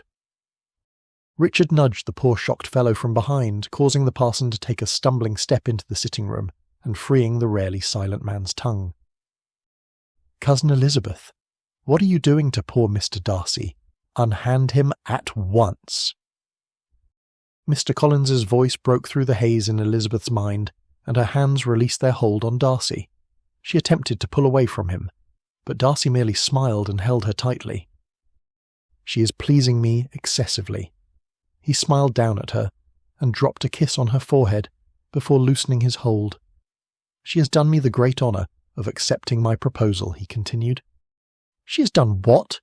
Mr. Collins, having found both the use of his tongue and his legs, had hurried across the room and stood next to Elizabeth so that he was facing Darcy.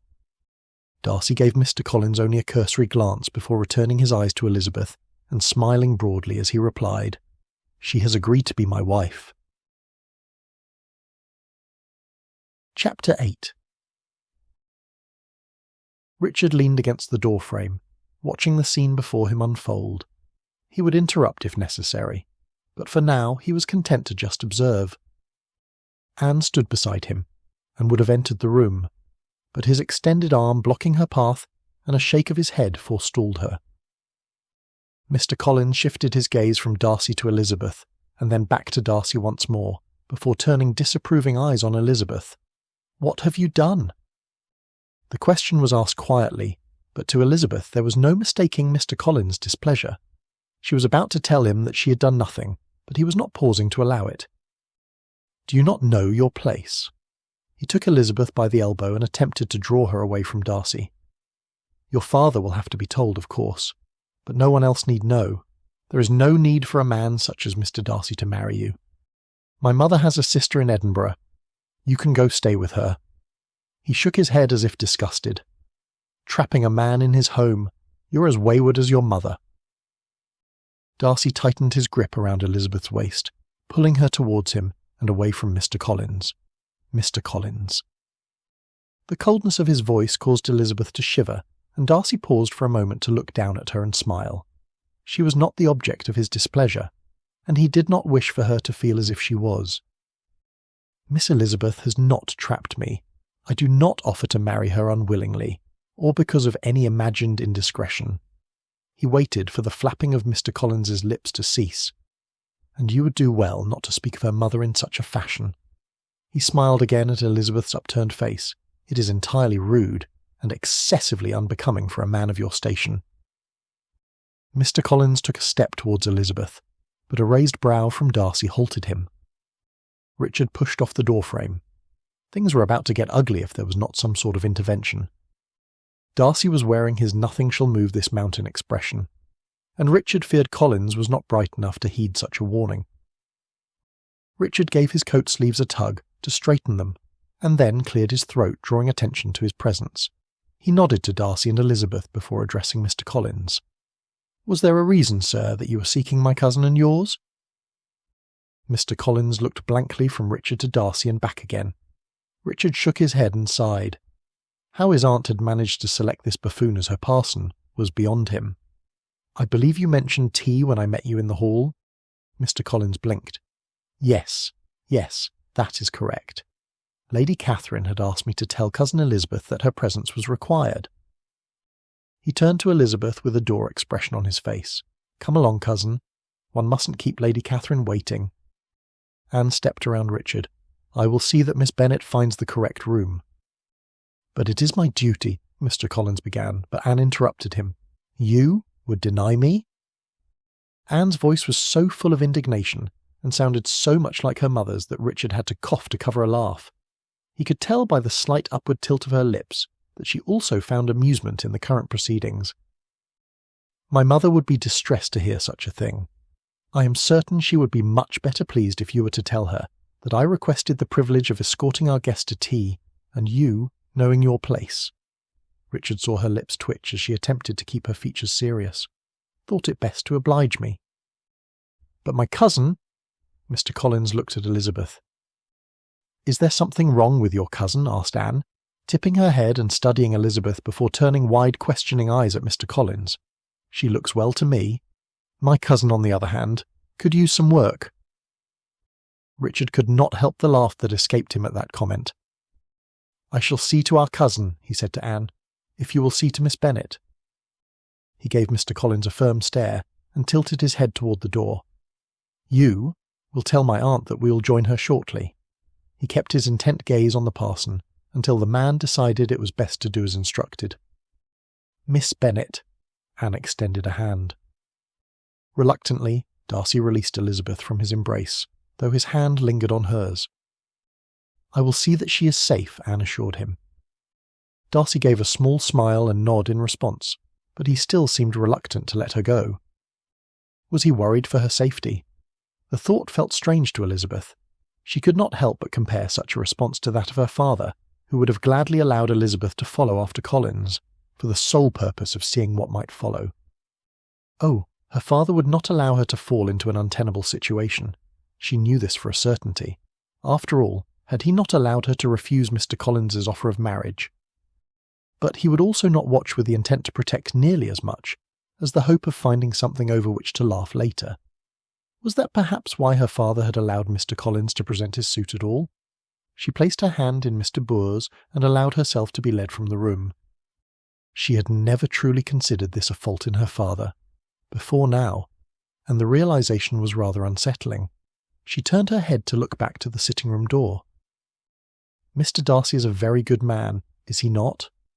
Quite a bit better than she had ever imagined. Indeed, she was swiftly coming to the conclusion that there were few men who were superior to Mr. Darcy in character. "Oh, most certainly. Without question," Anne agreed. "He is not what I thought.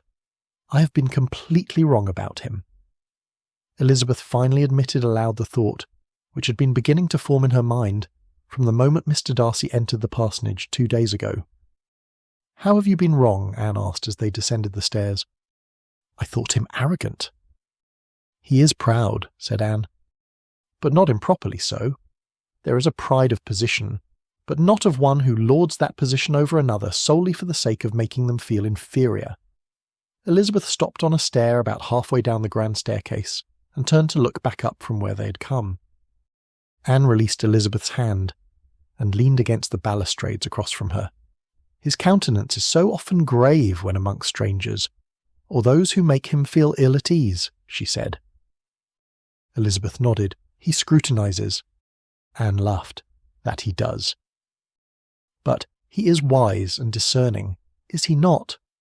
Elizabeth turned questioning eyes towards Anne.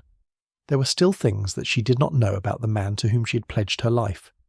She once again wished for her sister Jane to be here to help her arrange her muddled thoughts. I would say he is, but not always. He is not without fault. There is the matter of his sister. She said the last part quietly. Elizabeth's brow furrowed as she thought about what she had learned of Georgiana's narrow escape from Wickham.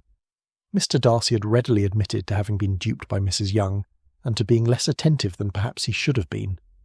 He did not glance over it, or deny any part he may have played in the affair. In fact, she had a distinct feeling that he felt his error far more heavily than he should. Again, she was struck by the contrast between Mr. Darcy and her father. Her father would have found that the greatest part of fault in the story lay with the foolishness of the young lady in being so easily led by pretty words and a pleasing countenance. Did he not speak of her younger sisters in such a fashion? Were their follies not his responsibility? Should he not be correcting them and their mother? Yet, he only found amusement. If he disapproved, he said very little. She shook her head before saying, Mr. Darcy is not without fault, and he accepts that he is not. A small smile touched her lips as she once again realized just how fine a gentleman Mr. Darcy was. Anne took a step down the staircase, and Elizabeth followed. Was it only his pride that you had gotten wrong? Elizabeth shook her head. No, I had formed a great many incorrect notions about him, but they were all based on my thinking him arrogant. She paused for a moment on the second step from the bottom, while her mind travelled back up to the room with the piano and the man she had discovered there. If he had not wounded my vanity, my vision of his character might have been more clear, she added. She had been so determined to not like him and find fault.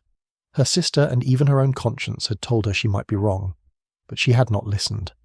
She shook her head at her own foolishness as she descended the last 2 steps. Indeed, that was the reason why she had not been able to decipher his character. Her conscience would not allow it. Her doubts had suggested she might be judging unfairly. But now, there were no doubts to cloud her appraisal of the man. She felt as if a veil had been lifted. So you're happy to be tied to him? Elizabeth's eyes grew wide and her brows rose as she realized that she was indeed happy to be tied to Mr. Darcy. She nodded as a smile spread across her face. She was happy, but it was more than that. Her soul felt at peace. There was no indecision, no wavering, not a morsel of regret. Marrying Mr. Darcy was right, and not just because she'd been found with him in a compromising position. Then I am happy that all has worked out as it should, said Anne with a smile, as she led Elizabeth into her mother's sitting room. Chapter 9. Elizabeth was happy to see that Charlotte was also at Rosings. Mr. Collins was deep in whispered discussion with Lady Catherine as Elizabeth and Anne entered the room and took a seat near Mrs. Collins. What has happened? Charlotte whispered. My husband was in quite a state when he entered, and went directly to Lady Catherine and began whispering to her. Was there an issue with your practising? You did practice, did you not? Charlotte cast a second wary glance toward her husband as she spoke in hushed tones. Elizabeth could not contain her smile. I am to marry, she said, keeping her voice low. Charlotte's eyes grew wide. Whom? Her lips formed the word, but no sound accompanied it. Oh, Charlotte, Elizabeth said, grasping one of her friend's hands. I have been so wrong, and you have been so right. He loves me, Charlotte, just as you claimed. Charlotte's eyes stayed wide, and her mouth dropped open before forming a smile. Mr. Darcy, she whispered. Elizabeth nodded her head. But you're smiling. I thought you did not like him. Elizabeth touched her lips with the tips of her fingers. It is the strangest thing." Charlotte caught a small laugh before it could draw her husband's attention. "You are happy?" Again, Elizabeth nodded. "It is the strangest thing," she repeated. "But my husband is not happy," Charlotte added with a raised brow. "They were discovered together, in the room with the piano," Anne added the hushed explanation. "Kissing." Charlotte's eyes were again wide and wary as she looked from Elizabeth to her husband. "Mr. Darcy was not fully dressed," Anne added. Elizabeth's mouth dropped open at Anne's comment. "He was not." Elizabeth looked toward Lady Catherine and then back to Charlotte and added, "undressed," in as low a whisper as she could manage. At least not then.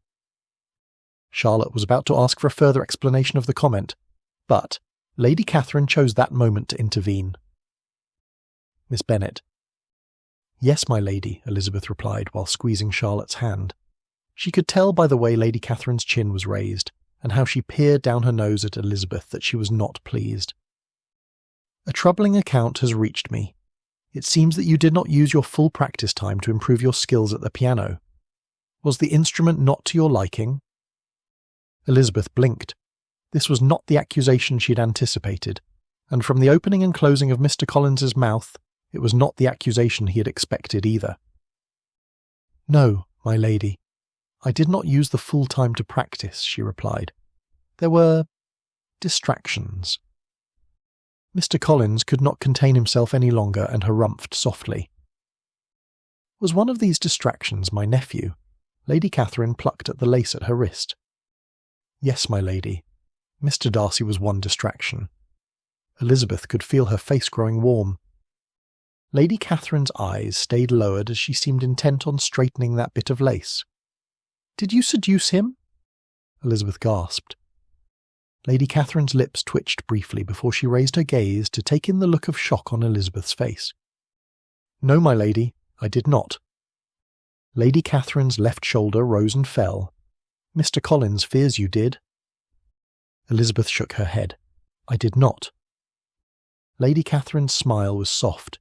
She could see that Elizabeth was on the verge of tears at having been accused of such an unseemly thing. It was a credit to the lady's honour to be so shaken by such claims.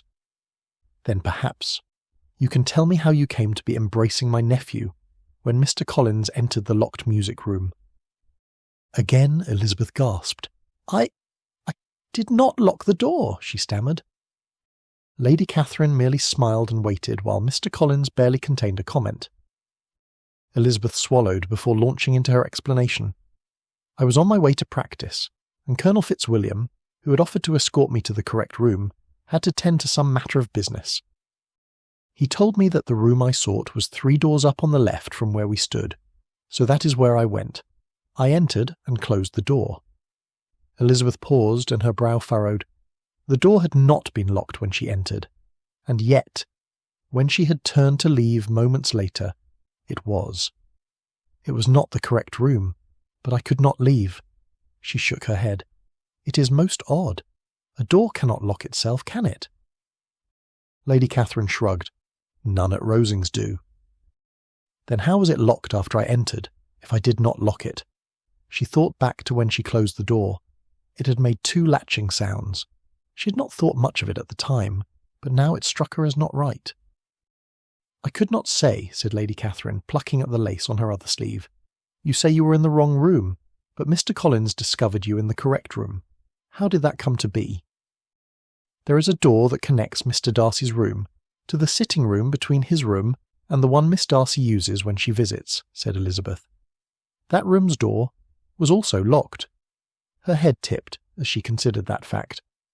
"I was so mortified at having seen Mr. Darcy in his dressing gown and having spoken to him so harshly that I did not stop to consider how I was to enter that room to practice, if the door was locked." "Mr. Darcy was in his dressing gown?" Mr. Collins asked in surprise. Elizabeth nodded. "I believe he had just exited his bath. His hair was wet." Though she was sharing what had happened, her mind was not fully thinking about what she was saying. It was still trying to reason away the locked doors. She gasped almost in unison with Charlotte, who had been shocked by Elizabeth's revelation about Mr. Darcy and his bath. "Someone locked it," Elizabeth exclaimed. "Someone wished for me to be locked in that room with Mr. Darcy. She turned toward Anne. "Do you know who?" she asked. "I do," said Darcy, entering the room. "It is good to see you properly dressed," said Lady Catherine. "Miss Elizabeth was just telling me how you were in a robe when she entered your bedroom, and Mr. Collins assures me that you were not wearing boots, or a coat, when he discovered you and Miss Elizabeth in a most compromising position." Darcy tugged Richard forward, and then gave him a shove toward a chair. "My cousin would like to say something to you," he said, turning to Elizabeth. Richard sank into the chair that Darcy had indicated he take. Darcy had not been pleased to find out the truth of what had happened. He had not raised more than his voice at Richard, but he had made certain that Richard knew there would be a price to pay if he did not apologise to Elizabeth for his part in the scheme. Richard swallowed and bowed his head slightly. "I am to apologise for directing you to the wrong room." "And?" Darcy prodded. Richard grimaced, and locking the door. Elizabeth's lips parted in surprise, and Mr. Collins sputtered something unintelligible. "I will not, however, apologise for the results." Richard leaned back, folded his arms across his chest, and gave Darcy a defiant glare. "She cannot marry him," sputtered Mr. Collins. "This must be stopped." "Why?" asked Lady Catherine. "Why?" repeated Mr. Collins. "Why?" he repeated a second time. He flapped his arm in Elizabeth's direction. "She's beneath him. Her connections are not so great as his." "I do not see why that signifies," said Lady Catherine. "All I have learned of Miss Bennet is satisfactory to me. Her father is a gentleman with an estate that has been in the family's possession for 3 generations. She's a lady of exceptional character. She's not a diamond of the first waters, but she's pretty. Her mind, I understand, is lively, and though she is without refinement in her accomplishments, she's not devoid of them." "But what of Miss de Bourgh?" Mr. Collins protested. Lady Catherine blinked and looked at Anne and then back to Mr. Collins. "What of my daughter?" "Is she not betrothed to Mr. Darcy?" Darcy chuckled. "I have never offered, nor do I intend to make an offer." A smile spread across Lady Catherine's face. "And I would have never accepted his offer if he made it." "You would not have?" Darcy asked in surprise. "I thought you wished it." Lady Catherine rose from her chair. "I let you think that. It made it easier to search for the right lady. If you thought I would be displeased should you tell me that you were not marrying Anne." She nodded her thanks for the tea tray that had been set up and began to pour. "Did I not do a good job of finding a lady for you?" she asked, as she lifted a cup of tea for Anne to pass to one of their guests. Darcy's mouth hung open. "Anne is too delicate for a northern climate," said Lady Catherine as she poured another cup of tea, "and I really could not bear to have her so far from me." She handed the cup to Anne. "And what would poor Mr. Abney do if you stole Anne away from Kent? He would never marry, and that would be a shame to have his estate untouched by a feminine hand." Darcy shook his head. "Mr. Abney?" Lady Catherine nodded. "He has made his overtures." Anne blushed and smiled as she took a third cup from her mother. "When I heard about Miss Bennet's refusal of Mr. Collins and her seeming dislike of you," Lady Catherine continued, "I knew she was the one." Darcy's brow furrowed, and he looked at his aunt and then Elizabeth, who was listening intently but looking as bemused as he felt. "You chose Miss Bennet because she did not like me?" Lady Catherine smiled and shook her head. "No, I chose her because she was intelligent and given to debate. She did not dislike you." Darcy opened his mouth and then clamped it shut again. His aunt was making very little sense. "You were rude," said Lady Catherine, "and any lady worth her salt and able to take her place in this family would not let such a thing pass without displeasure." She shook her head gently and chuckled. "Miss Bennet did not shun you. She engaged in a battle of wits, proving her value to you, and you were enchanted." "But she did not like me." "No, I did not," said Elizabeth. Lady Catherine smiled. "It was a misunderstanding. That is all it was." She handed Darcy a cup of tea and patted his cheek. "How could anyone dislike you once they got to know you?" She returned to pour her own cup of tea. "That is why you had to be forced to spend time together, so that Miss Bennet could come to know and love you as Anne, Richard and I do." She turned to Mr. Collins.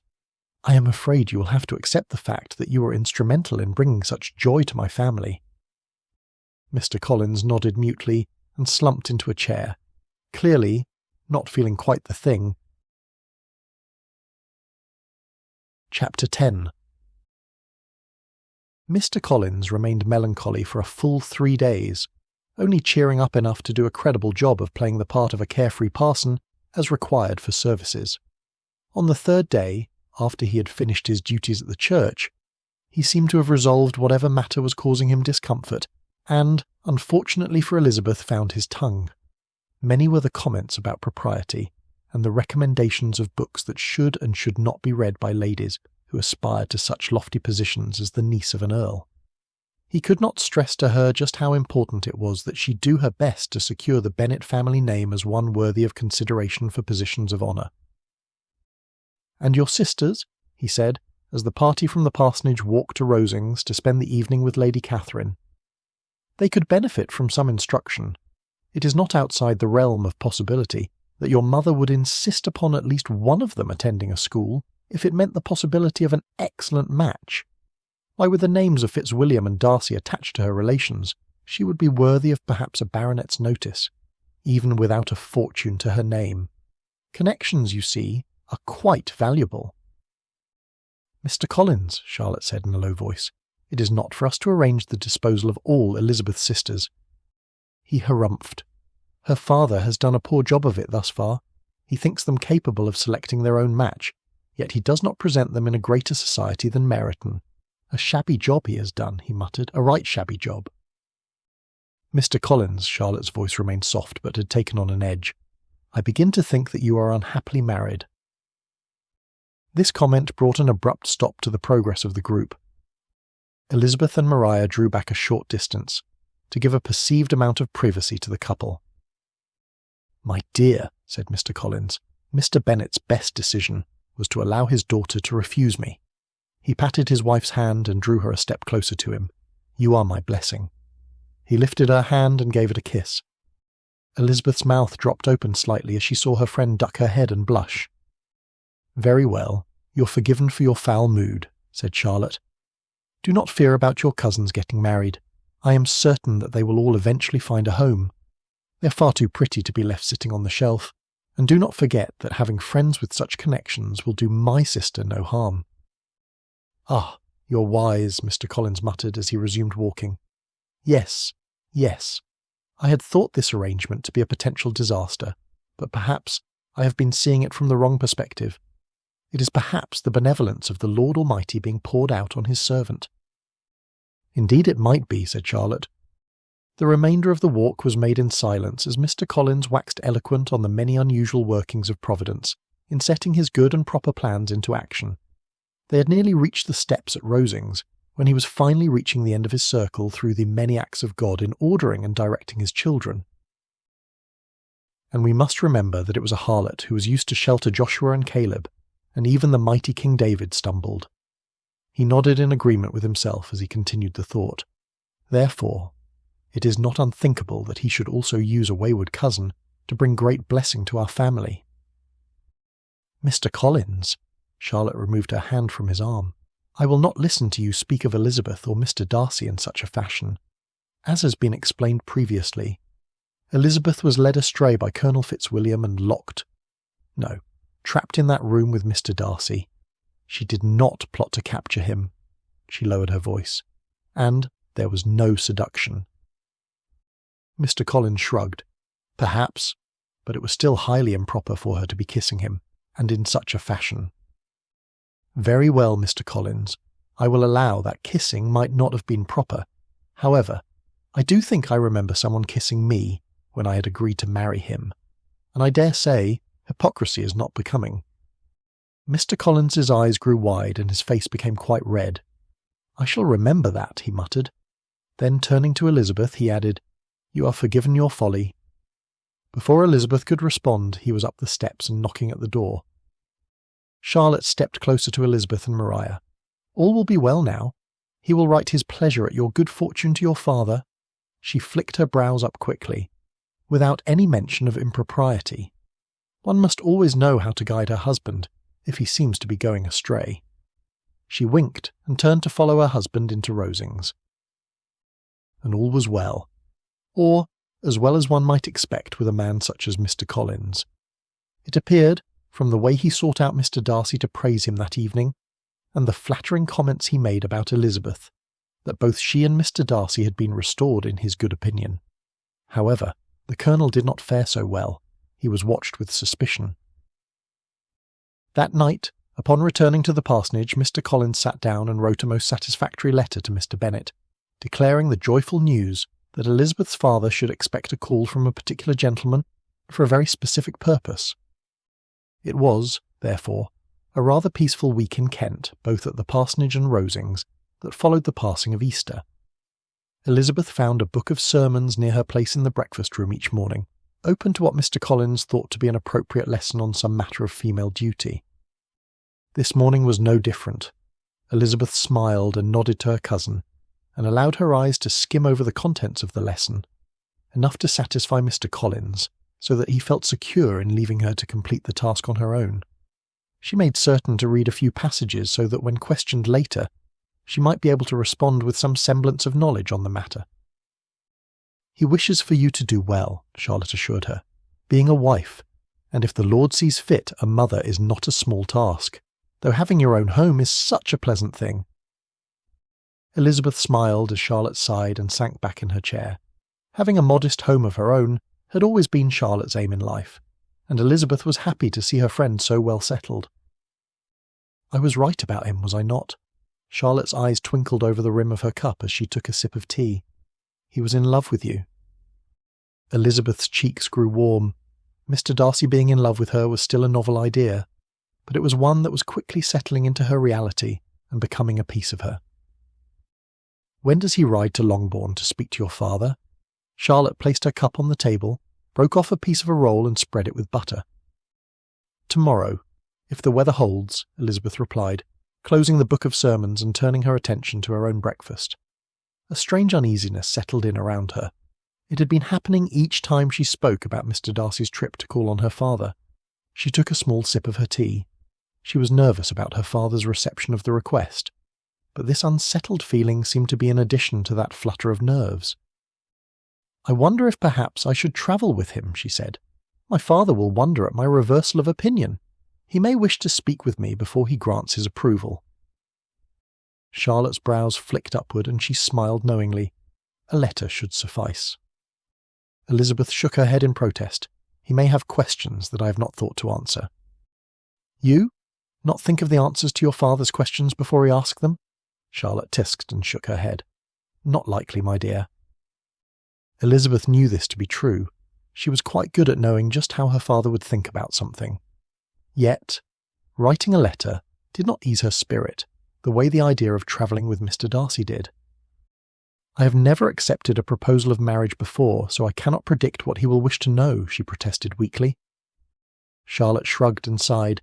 "Go with him if you must, but do be honest about your reasons."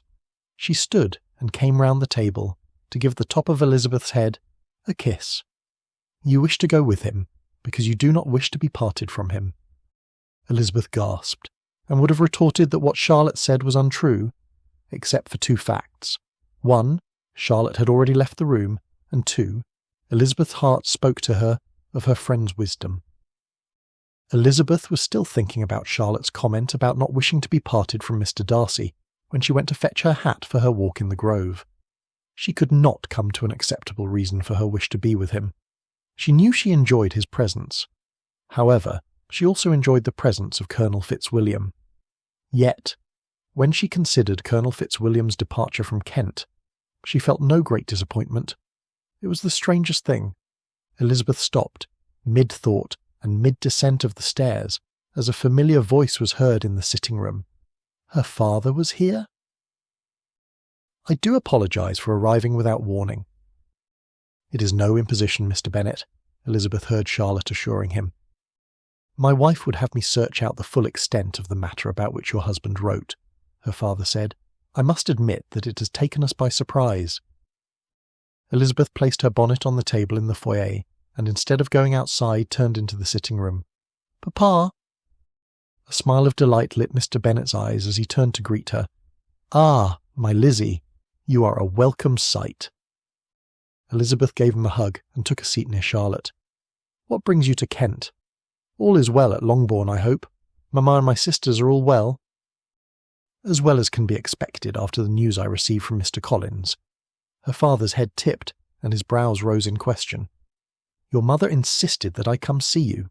She will not be settled until she knows all, and I shall have no peace until she is settled." He chuckled and crossed his ankles as he leaned back and peered at Elizabeth, who was doing her best to look calm despite the rapid rhythm of her heart. "Am I to understand that you have grown fond enough of Mr. Darcy to accept an offer of marriage?" Elizabeth nodded slowly. "I have." Mr. Bennet blinked. "Well, well, well. So it is as Sir William suspected. The gentleman was fascinated by you." Elizabeth's cheeks grew warm. "He is wealthy. You will have no fear of want." He paused. "But wealth has never been your desire." It was true, though Elizabeth wished for a home with ample income to be comfortable, she had never sought riches in a marriage partner. She had avowed that she would not marry unless it was to a man whom she could respect, and who would respect her in turn, nor would she be induced into matrimony without the deepest of affection. "It is still not my desire," she admitted. Mr. Bennet's brows rose, and he clasped his hands in front of his stomach. "Then, my daughter, you must explain yourself to me." Elizabeth's brows furrowed. How was she supposed to explain something that she, herself, did not fully comprehend? "Surely, my Lizzie, there must be a reason for your reversal of opinion of the man. Do you not still find him proud?" her father asked as he carefully watched her face. "Not improperly so," said Elizabeth. "I admit that I did find him to be arrogant." She sighed. "His words at the assembly hurt me, and I allowed them to colour my judgment of him." Mr. Bennet nodded. "That is not unusual." "But it is not right," protested Elizabeth. "I listened to stories about Mr. Darcy, and delighted to hear him spoken of in unflattering ways. Those stories, by a man who should not be trusted." She looked pointedly at her father. "Those stories fed my dislike. They satisfied me not because I found them credible, for I did not stop to consider their veracity. They satisfied me because they agreed with my judgment based on a few hurtful comments. I did not bother to look for anything but fault in Mr. Darcy's character. My wounded pride would not allow me to see anything different from what I wished to see." Mr. Bennet's lips curled in amusement as his daughter's voice became stronger and more forceful in her defence of her opinions being wrong. Elizabeth stood and paced the floor behind the sofa on which she had been sitting. "The things that were told to me by Mr. Wickham were half-truths at best. He has not been ill-treated by Mr. Darcy. In fact, it is Mr. Darcy who has suffered at the schemes of Mr. Wickham." Mr. Bennet's brows rose. "Indeed?" "I cannot tell you all, for I have promised I would not." She stopped and mentally shuffled through what she now knew of Wickham, searching for something to tell her father that would not violate her promise, but would allow her father to see Wickham for what he was. "Do you remember how Mr. Wickham claimed that Mr. Darcy refused to give him a living?" Mr. Bennet nodded. "It was a request of Mr. Darcy's father to bestow it, was it not?" "It was." Elizabeth came around the sofa and sat on the edge of it, facing her father. "It was not Mr. Darcy who refused, but rather Mr. Wickham. He did not wish to take orders, and so Mr. Darcy paid Mr. Wickham a sizable sum in lieu of the living. It was not until Mr. Wickham had wasted all the money, and had come back hoping to claim the living, that Mr. Darcy refused to give it to him." She leaned forward towards her father. £3,000, along with an additional 1,000 given to Mr. Wickham by Mr. Darcy's father, was gone within 3 years. £4,000. She shook her head. The fact that so much had been wasted on frivolous living still shocked her. "So much?" Mr. Bennet could not hide his surprise. Elizabeth nodded. "There is more, but I cannot speak of it." She sighed. "Suffice it to say that you would do well to keep my sisters away from him." Mr. Bennet's brows rose even higher and his eyes grew wider. "Indeed?" Elizabeth nodded. "Once I knew of the foolishness of my trusting Mr. Wickham, I had to reconsider my assessment of Mr. Darcy." She sighed, and her lips curled into a small smile. "I was so utterly wrong about him, Papa. He is not what we thought. He is a caring brother, cousin, nephew, and friend. He is wise, but not without fault, which he will readily admit. When he errs, he makes amends." Her head tilted as she thought. He is of noble character, Papa, and he promises not to scold too often when I make mistakes, and wishes for me to read and debate. He does not find my wit to be a detriment." Her smile grew. "And Papa," she clasped his hands, "he has thousands of books in his libraries." She tucked her lower lip between her teeth. "Thousands," Mr. Bennet blinked at the thought. "Yes, Papa, and all at our disposal." It was a moment before Mr. Bennet's brows drew together, and his eyes twinkled with delight. "Do you mean to say that you would marry him for his libraries?" She shook her head and laughed. "No, Papa, but Mr. Darcy thought it might help you grant your blessing." Mr. Bennet chuckled. "Does he respect you?" Elizabeth nodded. "Does he love you?" Mr. Bennet's eyes grew serious. Elizabeth nodded again, most ardently. Mr. Bennet sighed. "I have heard in your speech that you respect him." Elizabeth once again nodded, slowly, very much. "Do you love him?" Elizabeth's brows drew together, and her shoulders lifted and lowered as she shook her head. "I do not know, though I think that I might." Mr. Bennet grasped her hands firmly. "My daughter, if I were to refuse you this request, and Mr. Darcy were to return to Derbyshire, never to return, what would you do?" Elizabeth shook her head in disbelief. Her mouth opened and she closed it as if she were lost for words. Her heart ached, and her chest constricted, making it hard to breathe. Mr. Bennet released her hands and searched for his handkerchief so that she could dry her tears. "Would you wish to follow him?" he asked softly. She nodded. Mr. Bennet's smile was soft, as were his words. "You love him. I am satisfied." He blinked against his own unshed tears, and then with a sigh, he clapped his hands on the arms of his chair and pushed to his feet. "Now, where might I find the man who has had the audacity to steal my Lizzie's heart, so that I might give him my permission to continue to care for it?" Chapter 11. Mr. Bennet found his quarry in the grove, pacing beneath a large tree and swatting at the grass with his walking stick. Once Darcy got over his shock at coming face to face with Elizabeth's father so unexpectedly, he did an admirable job in presenting his request. Mr. Bennet wished to discomfit the man, but as he watched Darcy wring the life from his hat, he relented and readily gave his permission. "I will require some time to come to terms with losing my daughter, and my wife will wish to make her good fortune known far and wide." Mr. Bennet watched the tip of his walking stick as he twirled it in a circle. "A month should suffice. Although I would wish for longer, it is doubtful that you, Lizzie, or I could tolerate Mrs. Bennet's raptures for any longer than a month." He cradled his stick in his arms, much as he did his rifle when out on a hunt. "Will Mr. Bingley be returning to Netherfield, or do you require accommodations at Longbourn?" Darcy thought there was a bit of an accusatory tone to Mr. Bennet's question.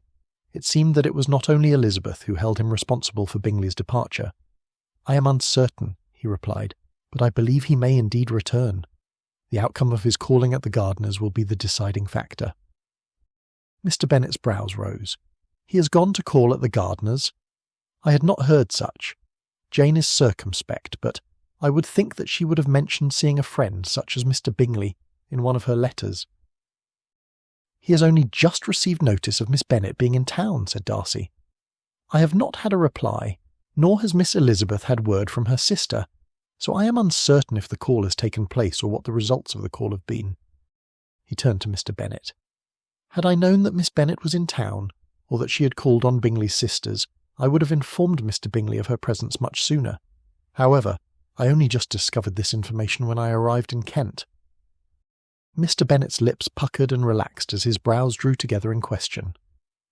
Darcy shifted uneasily under the man's scrutiny. "When we left Netherfield, I thought Miss Bennet indifferent, and cautioned my friend against forming too deep an attachment." He sighed. "Miss Elizabeth assures me I was wrong," he grimaced. "And from the melancholy I have observed in my friend, my warning came too late as it was." One corner of Mr. Bennet's mouth tipped upwards in a half-smile.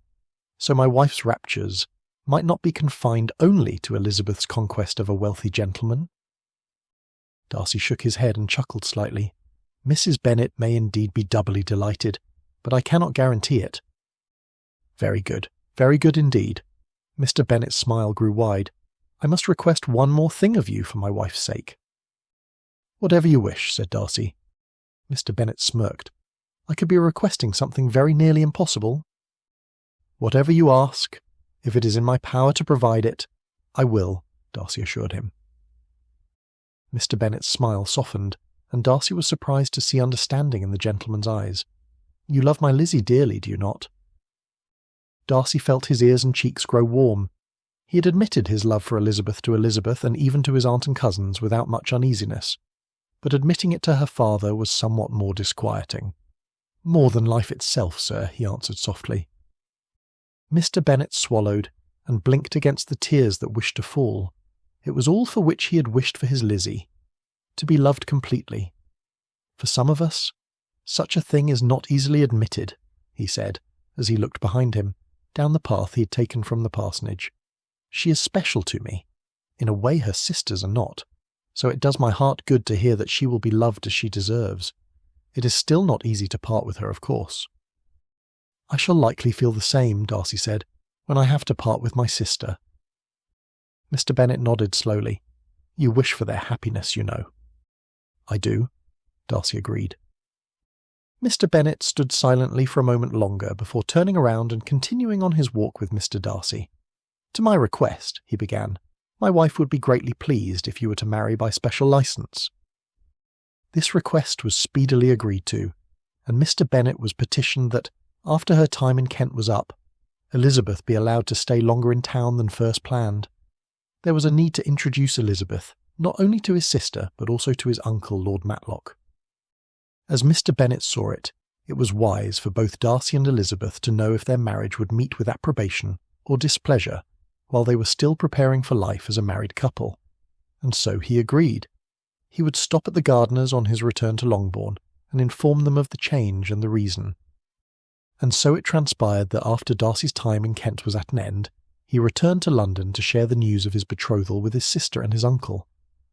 Shortly thereafter, Elizabeth joined him in town for a grand dinner party in her honour. So grand was this party, and so happy the occasion, that it necessitated the presence of Lady Catherine and Anne. The gardeners were also invited, as were Mr. Bingley and Jane. Fortunately, the week prior to this soirée, indeed before the invitations had arrived, the Hursts, with Caroline in tow, had removed to a small estate in the country, to visit a friend with a cousin of marriageable age and fortune. Therefore, it was a companionable group that met that evening at Darcy House.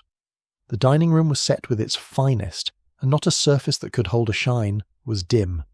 All was to be presented at its best for the new mistress. "What do you think of Darcy House?" Darcy asked Elizabeth as they slipped out the door to the terrace.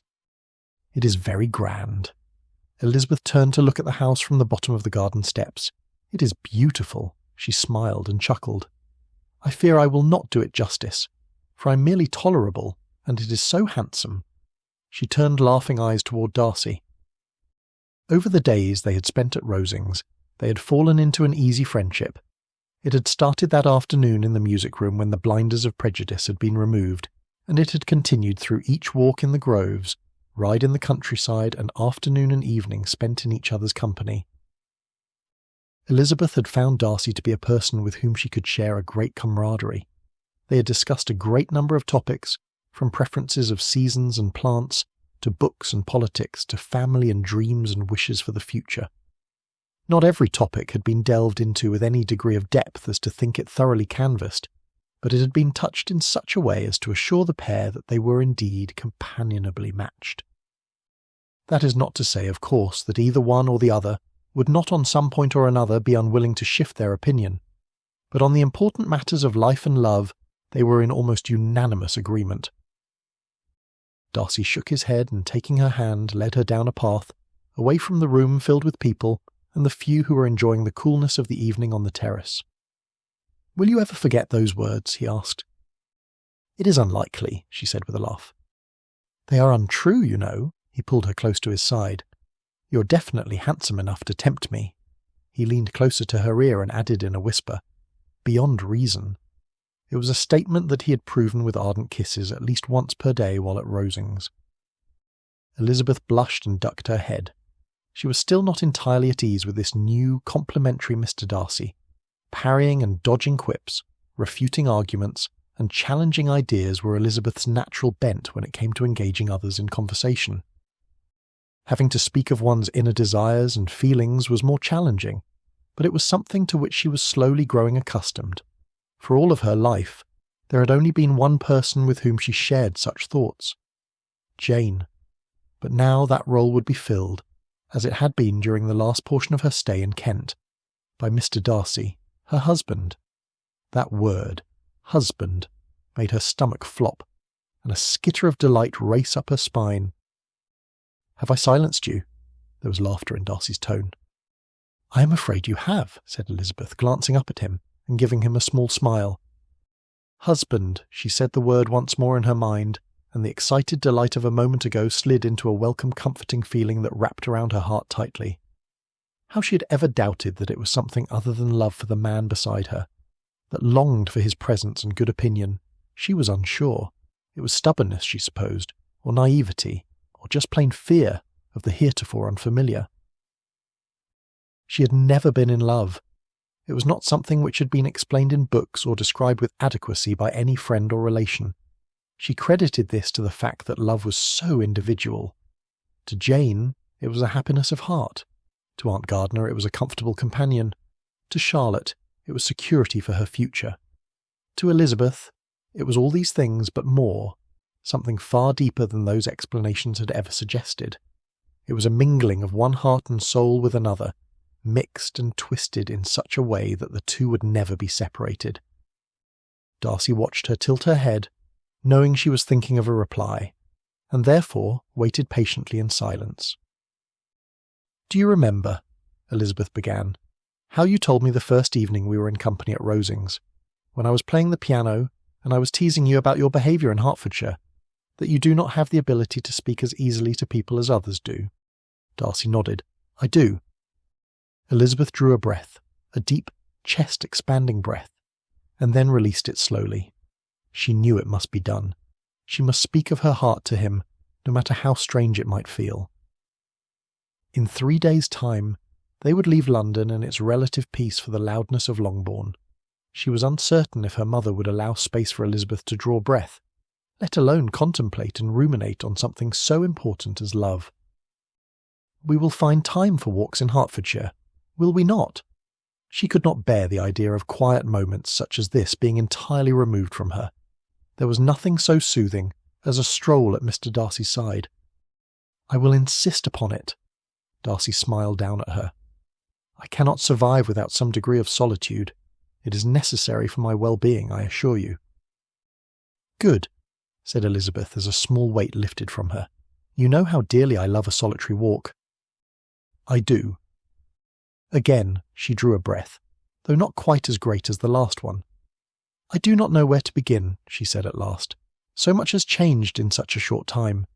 She peeked up and saw him nod his agreement. "Before you left Rosings, I thought I might be caught up in the newness of our situation. I thought that I craved your presence because you were—" She paused as if unsure of what she was about to say.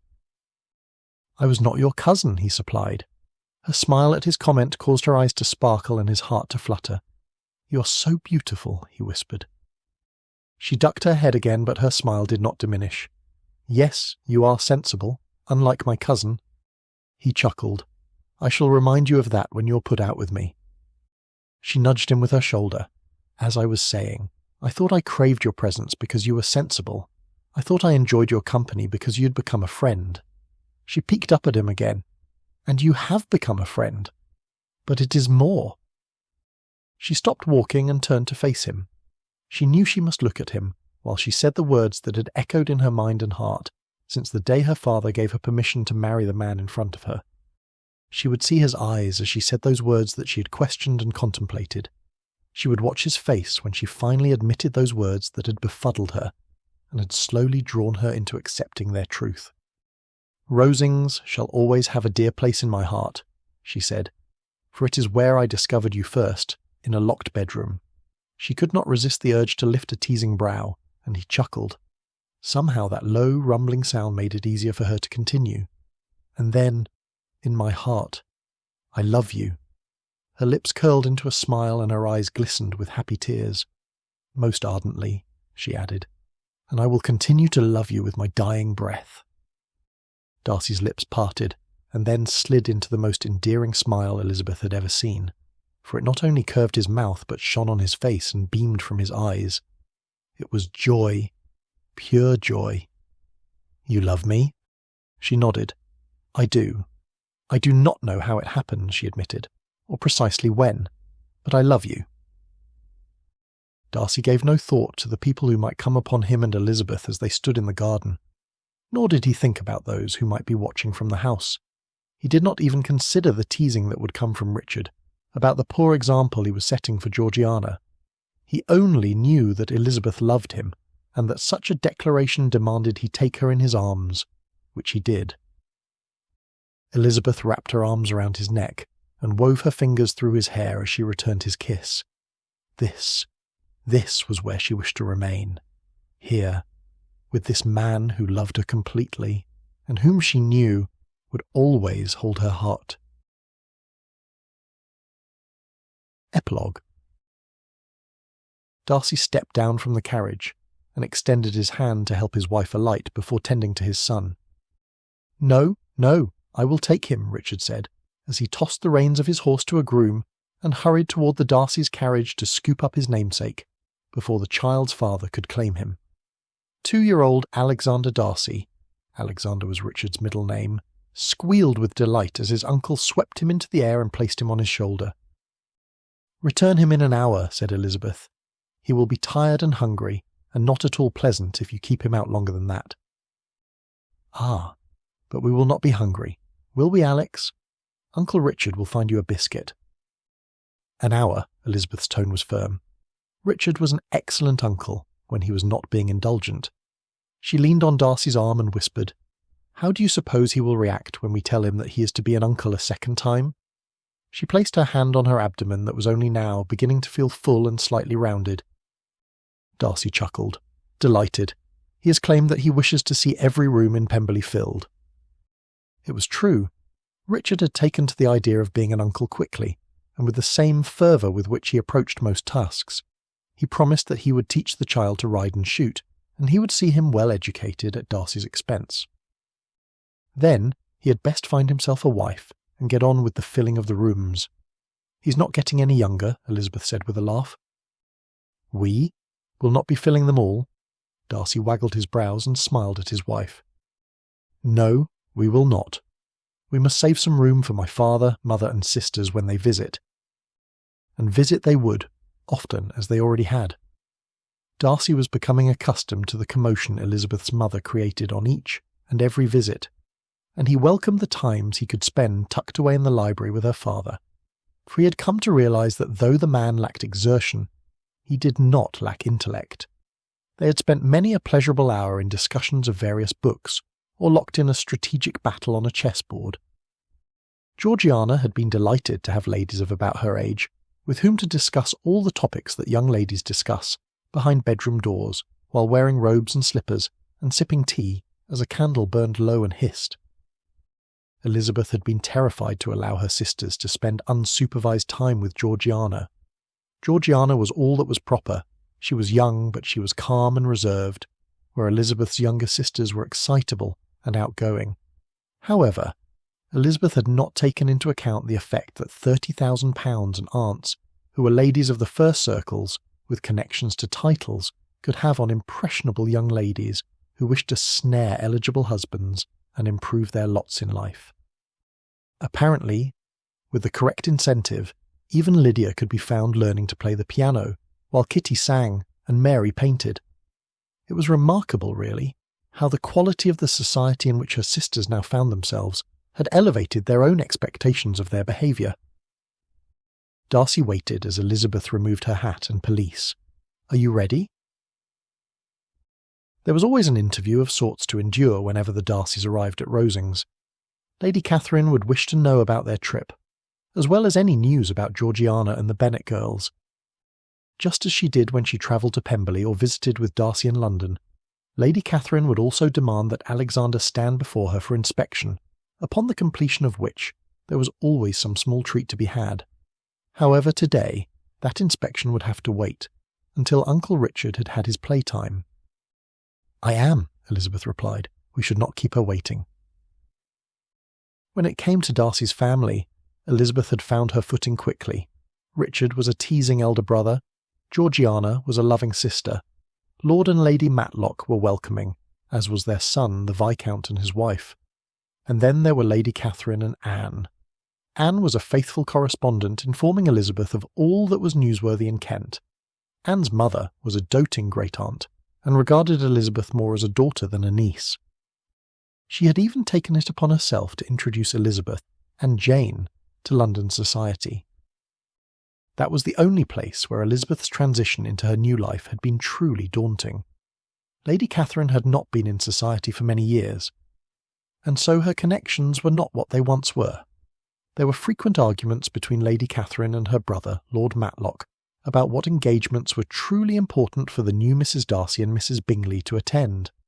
Whether it was because Lord Matlock knew more about society than Lady Catherine, or just more about Darcy's aversion to society, Elizabeth did not care, for his interference had kept her home and afforded her time for solitude and reading. "Did Charles not join you?" Lady Catherine asked, after greeting both Darcy and Elizabeth with a kiss on the cheek. Charles Bingley had found himself taken in as a member of the family by Lady Catherine. If there was one thing that Darcy's aunt found tantalising, it was the prospect of offering guidance, by way of instruction and reprimand, to those whom she deemed in need of such service. Bingley, being both from trade and an orphan, was, in Lady Catherine's opinion, decidedly in need of her assistance. Thankfully, Bingley was an amiable man, and his wife was long-suffering, for Lady Catherine was not always tactful in her instruction. Unfortunately, or perhaps happily for some, Caroline Ainsworth née Bingley was not as amiable as her brother, and soon decided it was best not to be found very often in Lady Catherine's presence. Therefore, she determined to keep herself to her husband's sphere of friends as much as possible. "We left earlier, so that we could call on the parsonage before arriving at Rosings," Darcy explained, as he led Elizabeth to a sofa. "Another?" Darcy looked at his aunt in confusion. "Pardon me? Another what?" "Child." She waved her hand at Elizabeth. "Your wife is walking as if she's with child. You cannot keep avoiding society in such a fashion, Darcy." Her tone was stern, but she smiled. "I do hope it is a girl this time," she said as she took her seat. "My given name is Catherine Estella, you know." This was not new information to either Elizabeth or Darcy. Lady Catherine had contributed a great list of acceptable names during Elizabeth's first pregnancy. "Estella is beautiful," said Elizabeth. "Indeed," said Lady Catherine, settling back in her chair and looking satisfied that her name would one day be borne by a Darcy child.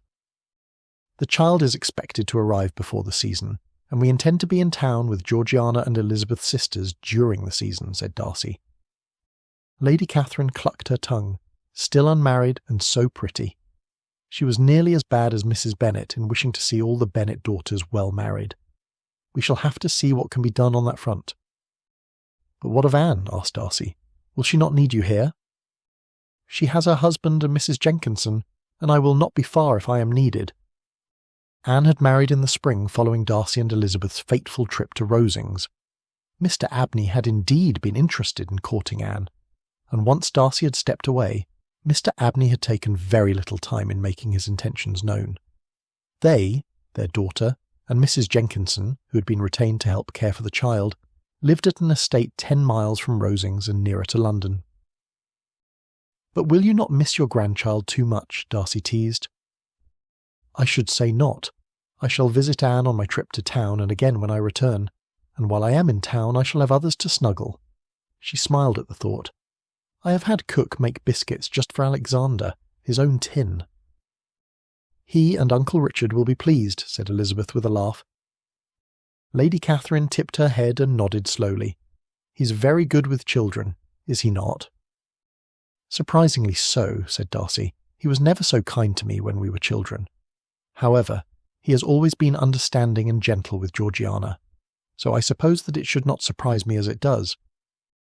"He's selling his commission," Lady Catherine said as she straightened the hem of her sleeve. "Does he know this?" Darcy asked. Lady Catherine shrugged. "He has been considering the idea, but I may have helped it along." Darcy shook his head and chuckled. His aunt had always been meddlesome, but in the last 3 years she had become even more so.